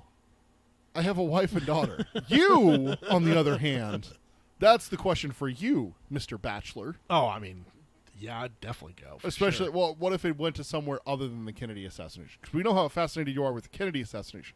But what if it took you? I'd probably spend the first cycle just getting there and then just watching it all happen, and then go reset. You're like, oh, so that's really how it happened. You're like, answer the question and everything like that. It wasn't lone gunman, was it multiple? You're like, oh, okay, that's how it happened. Yeah. Go back, reset. All right, now let's stop this son bitch. Yeah, it's definitely an interesting idea, and I've said before, man, they could do so many good storytelling with that kind of stuff. Like how many different rabbit holes could put you in different places and stuff. I mean, of course, King would have to write it to make it as good as it could be. But, right. Yeah, I don't know. I'm digging it though. I'm glad I'm reading it again. It is top 3 novel for me. Yeah. So yeah, I don't remember where I put it. I think I put it in my top 5 at least. In my non, because we did the Dark Tower as one, right? Yeah. I don't remember. I need to go find that and write it down so I don't misquote myself. Well, honestly, when we said even then, it fluctuates. Yeah, it only holds for a certain period of time. For all we know, Holly's going to knock them all off the list. So, Agamorphy asks a good question. Hey guys, where's the King reading Excel sheet? I need to update my standings. We can find it on the website, correct? Is it? I couldn't remember. If you I think put it on I think there. I usually put it on the website. I just try to avoid putting it too many places. Let me see if I can. I'll just put it in the chat here for a bit. I guess if anyone tries to like go crazy on it, I can maybe I'll delete the chat here in a bit. Because yeah, I don't know. Not that anything can be undone on there. So and if anyone vandalized it, it could always be fixed. But yeah, I've always tried to be careful about the link just because there's a lot of trolls and all kinds of shenanigans that can run afoot. That's true. But you do have our columns locked down, so no one can mess with them but you. Yeah, and like honestly, Google's been good about being able to undo things and stuff. So if someone breaks something or whatever, we could always undo it and get it all fixed up. But yeah, Holly is coming out here a couple months. September, early September. I got it pre-ordered. Yeah, I did too. Actually, I had a couple credits. So I'm like, all right, I'll go ahead and pre-order it now. Just don't have to worry about it because I've been thinking about stocking up some credits and potentially having some ability to buy some. Well, remember series. we talked about this. You got the Audible year thing that we talked about that I did. you pay for the year, you get the 12 credits up front. So if you're looking to do series and stuff like that, you could pay for that year of Audible, get those 12 credits like you normally would, and you save about $50 doing that instead of paying 150 for it. No, it's more than 150 because it's 12 months. It's like 165. You only pay like $90 to do it. Oh, okay. So you save a bunch of money doing that. And yeah, Agamorphy said I looked on the website. Yeah, no, and I've always put it in the show notes for certain episodes. I don't think I've ever put it like as its own header on the website. Yeah, Again, we try not to advertise it so that someone like Tad said, a troll comes in and just goes, "Buttface read this book." I mean, it sounds like something I would do. But, it does as long sound like as long as people don't mess with anybody else's columns, just we're good. We're good. Yeah, exactly. And if you notice anything wrong with yours, please let Tad know specifically. Yes. But yeah, we're chugging along here. Wait, so we're out of emails? Yes. We're out of emails. Yeah, I said that. Did I say? You said that earlier. I just wanted to clarify. So that email from Kirsty was the only one? Mm-hmm. That's all we got? Yep. For shame. Yeah. Shame. Shame. See, this is why you don't give Peter a soundboard. that's why I don't give Peter buttons. That's why you don't give Peter buttons. I like pushing buttons. I mean, who doesn't? I like big red buttons. God. That just brings back a traumatic memory for me. I'm triggered. But yeah, I think Dark Tower has happened this year. But I think that what I'm thinking is, what do you think date-wise for Went Through the Keyhole? Not necessarily that you would read it as part of your overall thing, because I almost think we'd have. I could read it separate. That's not. Yeah. Anything. I could pause a Dark Tower reread and read Went Through the Keyhole, even if I'm in book 2. That's not a concern for me. Well, you need to read it physically. You're saying you're not going to do the Stephen King audiobook? Yeah, no. I mean, I could try it again, but I doubt. How long do you need to read it then? I don't know. I know that's not your primary source of, you listen. Yeah. While driving and working and stuff like that. So yeah. That's why I was kind of looking at the calendar. What do we think? End of summer? That's what I was kind of thinking. Or I was thinking kind of like high summer. Like July, like August 26th. It was a round table. July 29th, somewhere in there, maybe. Yeah, it's the end of summer. I don't know about end, but well, I don't know. You think somewhere in there? First day of fall's in September, right? Somewhere to pencil in there. Well, you think? End of August, yeah. All right, so let's pencil it in for roundtable 140. 140. Yeah. Okay. Let's see. Gotta put my fingers on the right keys. Went through the keyhole. Clicky. Yes, so that is that. We have that. We'll pencil it in for now. Of course, anything can happen. They can change that up. But yeah, that we'll put that for there, and then probably when we start doing the Dark Tower series, we need to start coming up getting some good trivia questions, because I want to do a year end. Oh yeah, we were going to do that last year, and then neither one of us read the Dark Tower. Yeah, because I want to read it. Especially where it's for not that. Listening, you want to be able to be like, oh, that's a good one. That's a good one, yeah. Exactly. I already have a few collected, but nowhere near what we need to make it. Because I'm thinking if we go overboard and get a shitload of questions, like we could have just enough for our Jeopardy, but we'd have all these extras. Yeah. It's like, I don't know. Maybe we'll make like a digital Dark Tower trivia of some kind. That'd be fun, wouldn't it? Could be fun. Who is be down. Who is the best character? Correct answer, of course, Randall Flagg. No, we already did this survey. Survey says Eddie Dean. Now, Randall Flagg, sir, No. he's the best. Not the most beloved though, according to the Dark Tower Palaver listeners. He is the best character though. No. Yeah, you got to listen to what No. And also this year we got to figure out. So the question is now: is we do the Overlook this year or now with the escape room? Do we offset it and do the Vegas trip first? I think it takes precedence because you've got to be honest with you. I don't know how long that lasts. Yeah, it may not be a permanent thing. Yeah, what if it's just 1 year that it's open? Yeah. The Overlook's the Overlook. It's going to be there. I mean, sorry, we say the Overlook. We mean the Stanley Hotel. It's the Overlook. It's the same thing. Let's see. I'm thinking weather-wise, we got to wait for them to come out with Chapter 2. Yeah. But let's just say September. Like, just think that if we got to be back for October. Just because, who knows what the weather starts to do. Anywhere past September, I think you're a little bit hairy in terms of weather. So, I don't know, maybe circle like the Roundtable 141, which would be the next roundtable, to be down in Vegas. Why don't we do that one a little bit? No, let's not go down to Vegas that hot. We need to do it sooner. What? No, we want to wait for the Chapter 2 to open. When does it open? They didn't say. They said later this year. So I'm just saying let's put it down in September, assuming that by that point they will have opened Chapter 2. If they haven't, we'll have to delay and we'll figure it out from there. Figure it out. Yeah. But I think we got to do a Dark Tower Palaver on location. We haven't done that yet. We haven't. And I think that would be a good one there. That's a prime one to do, is in the It escape room in Vegas. And what we'll do is we'll try to do as much of it as much as we can before the episode, and then we can record the episode and talk about it all and stuff. And if anyone else, like if we set the date too, if anyone else wanted to find themselves in Vegas, that'd be a fun place to be. A lot better than Boulder, I can tell you that. No. Honestly, I mean, like if you look at it realistically, no, it's not. Boulder's way better than Vegas. There's at least booze in Boulder. I mean, Vegas, where we're going, there's going to be plenty of booze. There's going to be all kinds of fun drinks. Not in Randyland. You get drinks by the yard there. I remember my wife doing that one time. It was funny. Oh, we'll get you. We'll get you all going there, Peter. We'll get you all spun out.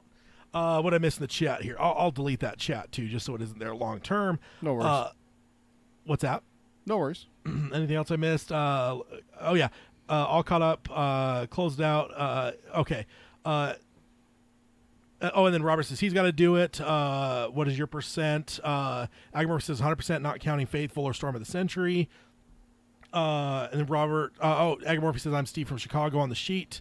And then Cody says, if you guys come to Topeka, I'll be there. I mean, that's another one. There's some Dark Tower connections there, but I don't know how if we're gonna travel constantly, but I do think that it would be fun to have if we ever get to like a chance, and there's a realistic point, I would love to do the Derry tour with you. Oh yeah, going to Bangor, Bangor, and doing that tour.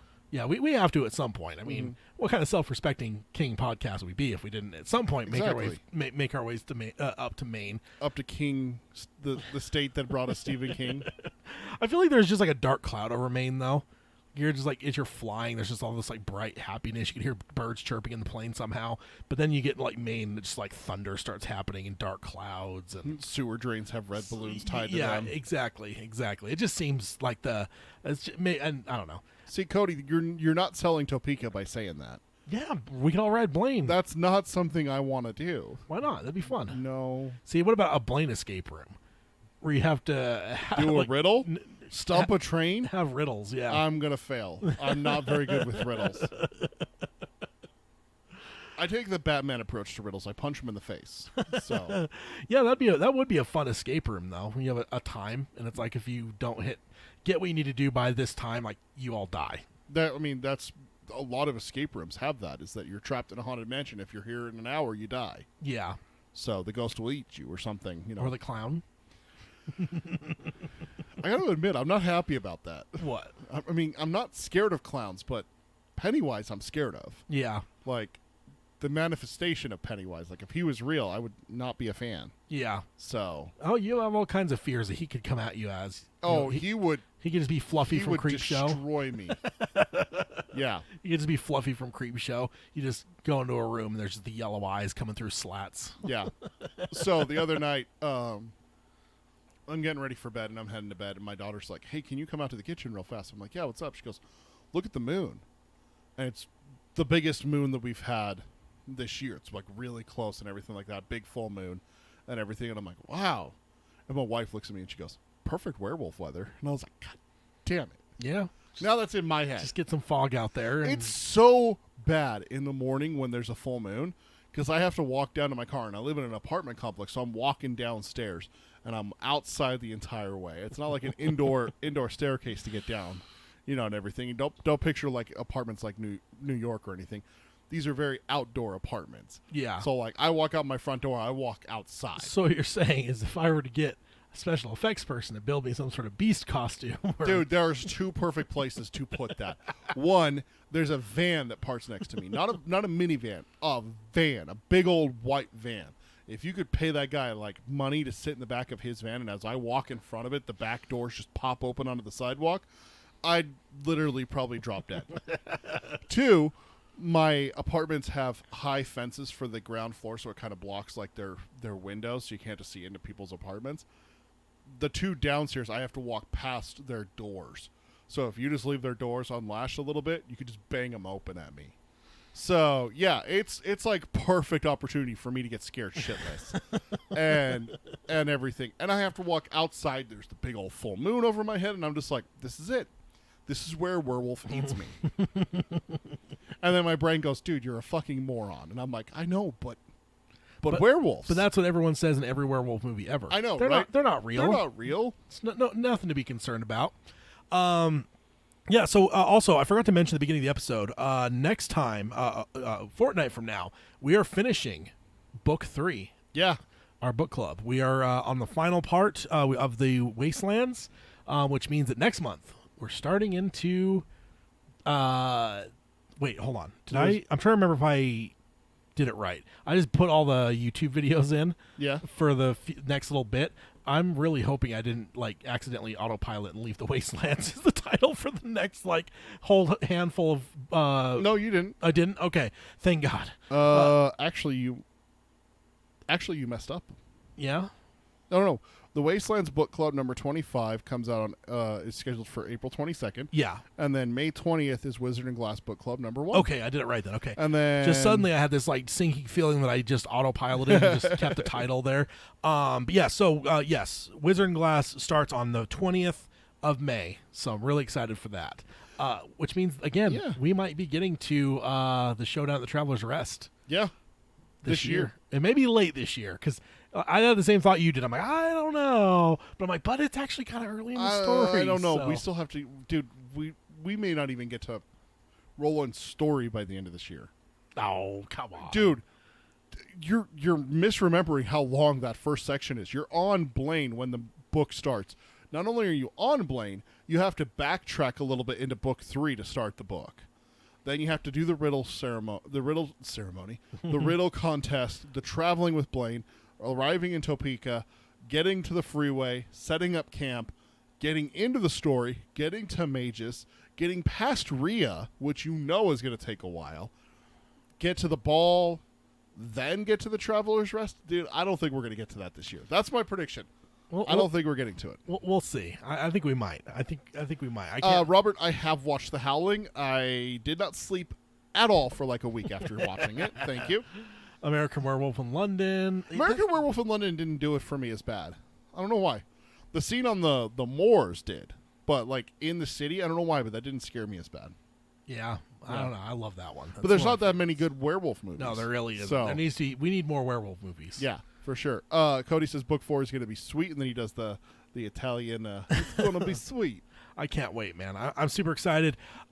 We do have one more thing that we need to talk about before we close up shop. I was waiting to see if maybe she would show up, but Carol, our faithful listener Carol, Patreon member and everything like that, her birthday was yesterday. So we want to wish her a very happy birthday from us here at Dark Tower Palaver. Yeah, maybe she's not here because she's out celebrating. Probably celebrating. It is Saturday night after her birthday. So yeah, exactly. Hopefully she's out having a really good time. Yeah, indeed. But yeah, let's go ahead and get the outro stuff real quick. If you want to subscribe to us, you can do it on any podcasting service of your choice. Stream us on Spotify or Stitcher, as well as Amazon Music and Audible now. You can join us for the live streams here at youtube.com/darktowerpalaver, or find the show notes at darktowerpalaver.com. On the YouTube side, if you would like to really follow us and make sure you catch everything, especially the live streams, like, subscribe, and ring the bell for notifications. And then the show notes over at darktowerpalaver.com, all the stuff we covered today, I'll have links to. I synopsize all these articles, but if you want to go through and read them in full or watch the full video with Mr. Skarsgård, you can do all that over there. If you want to support the show, you can do that at patreon.com/darktowerpalaver. And then if you want to contact us, Peter can let you know how to do that. And I will say, my voice is holding so far. It's raspy, but I'm holding through halfway here. I'm happy. At least. So that's good. I can feel the weakness of it, but yeah, hopefully we'll get through the next round here. Yeah, absolutely. Best way to reach us is through our email. We have our old one still. It's darktowerpalaver@gmail.com. But if you can transition and use the new one, it's show@darktowerpalaver.com. And then follow us on our social media. The first one is Twitter. It's @DarkTowerPod. That's @DarkTowerPod. And then check us out on Facebook. It's facebook.com/darktowerpalaver. And then our Instagram is darktowerpalaver, all one word with no spaces in between. And then if you want to check out our merchandise, you can do that at TeePublic. It's teepublic.com/users/darktowerpalaver. Yes, indeed. And I did forget to grab the link to the Geekery Abides episode. So if you want to join us for Geekery Abides, unfortunately, I don't have a link to give you right now. I usually try to get that so I can throw it in the chat. I completely spaced that for the next episode. But you can find us over at Geekery Abides on YouTube. We'll be streaming here in about 15 minutes. We'll be starting that episode, episode 5, I think, where we're talking about The Last of Us Season 1. So that should be a fun time. But yeah, we will sign off on this episode, and I guess on the podcast too.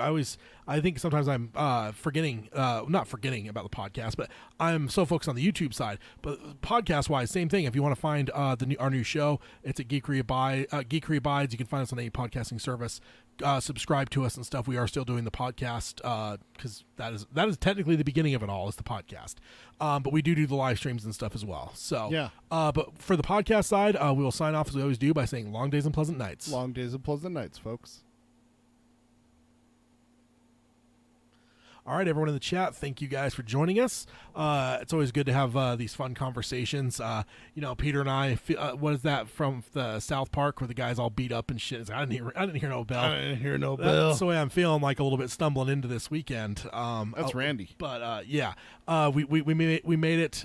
It wasn't a sure thing, for sure. I'm glad we got through it. Made it to the end here. But yeah, you guys are awesome. Love having you guys as part of the conversation. We will be back in a couple weeks for the book club, the final book club. For shame, you said a couple weeks. Oh yeah, fortnight, huh? Shame. In a fortnight, yes. We'll be back in because I keep for some reason thinking that this episode's delayed. I think because of the delay from the last episode. So I keep feeling like we're recording next week again, but we're not. It's just. It just I don't know. It is a fortnight before we're on normal schedule now. We're on normal schedule now for sure. I think it's just the delay. My brain is just like, we delayed one later, which means we got one next week, and that's just no, we did it the other way. So we'll be back in a fortnight though for the last one for the Wastelands, which has been a lot of fun. I've enjoyed them all for sure, but the Wastelands has been a hell of a lot of fun, and I can't wait to dive into Wizard and Glass, and your favorite book. We've decided we are going to go chronological too, so that means your book is next after that. Woo-hoo! So, and then we get to songs. Wait, we're doing a release date, not chronological. Yeah, I'm sorry, how they were released chronologically. Yes, not chronologically to the story. To the storyline. No. Which means then Song of Susanna, and then of course we get to the depressing. That's going to be tough. Doing the book club, for the book 7, and then after we're done there, we'll go back and do a Wizard and Glass, went through the keyhole. Went through the keyhole, which is obviously years away. Which is why the 10,000 foot view of it this year is going to be just fine. Yeah, it'll be fun because I've been thinking about that one a lot in the last couple months. So I think that'd be fun to read through and talk about. So absolutely. But yeah, we'll see you guys in a couple weeks, and until then, long days and pleasant nights. Bye, everyone.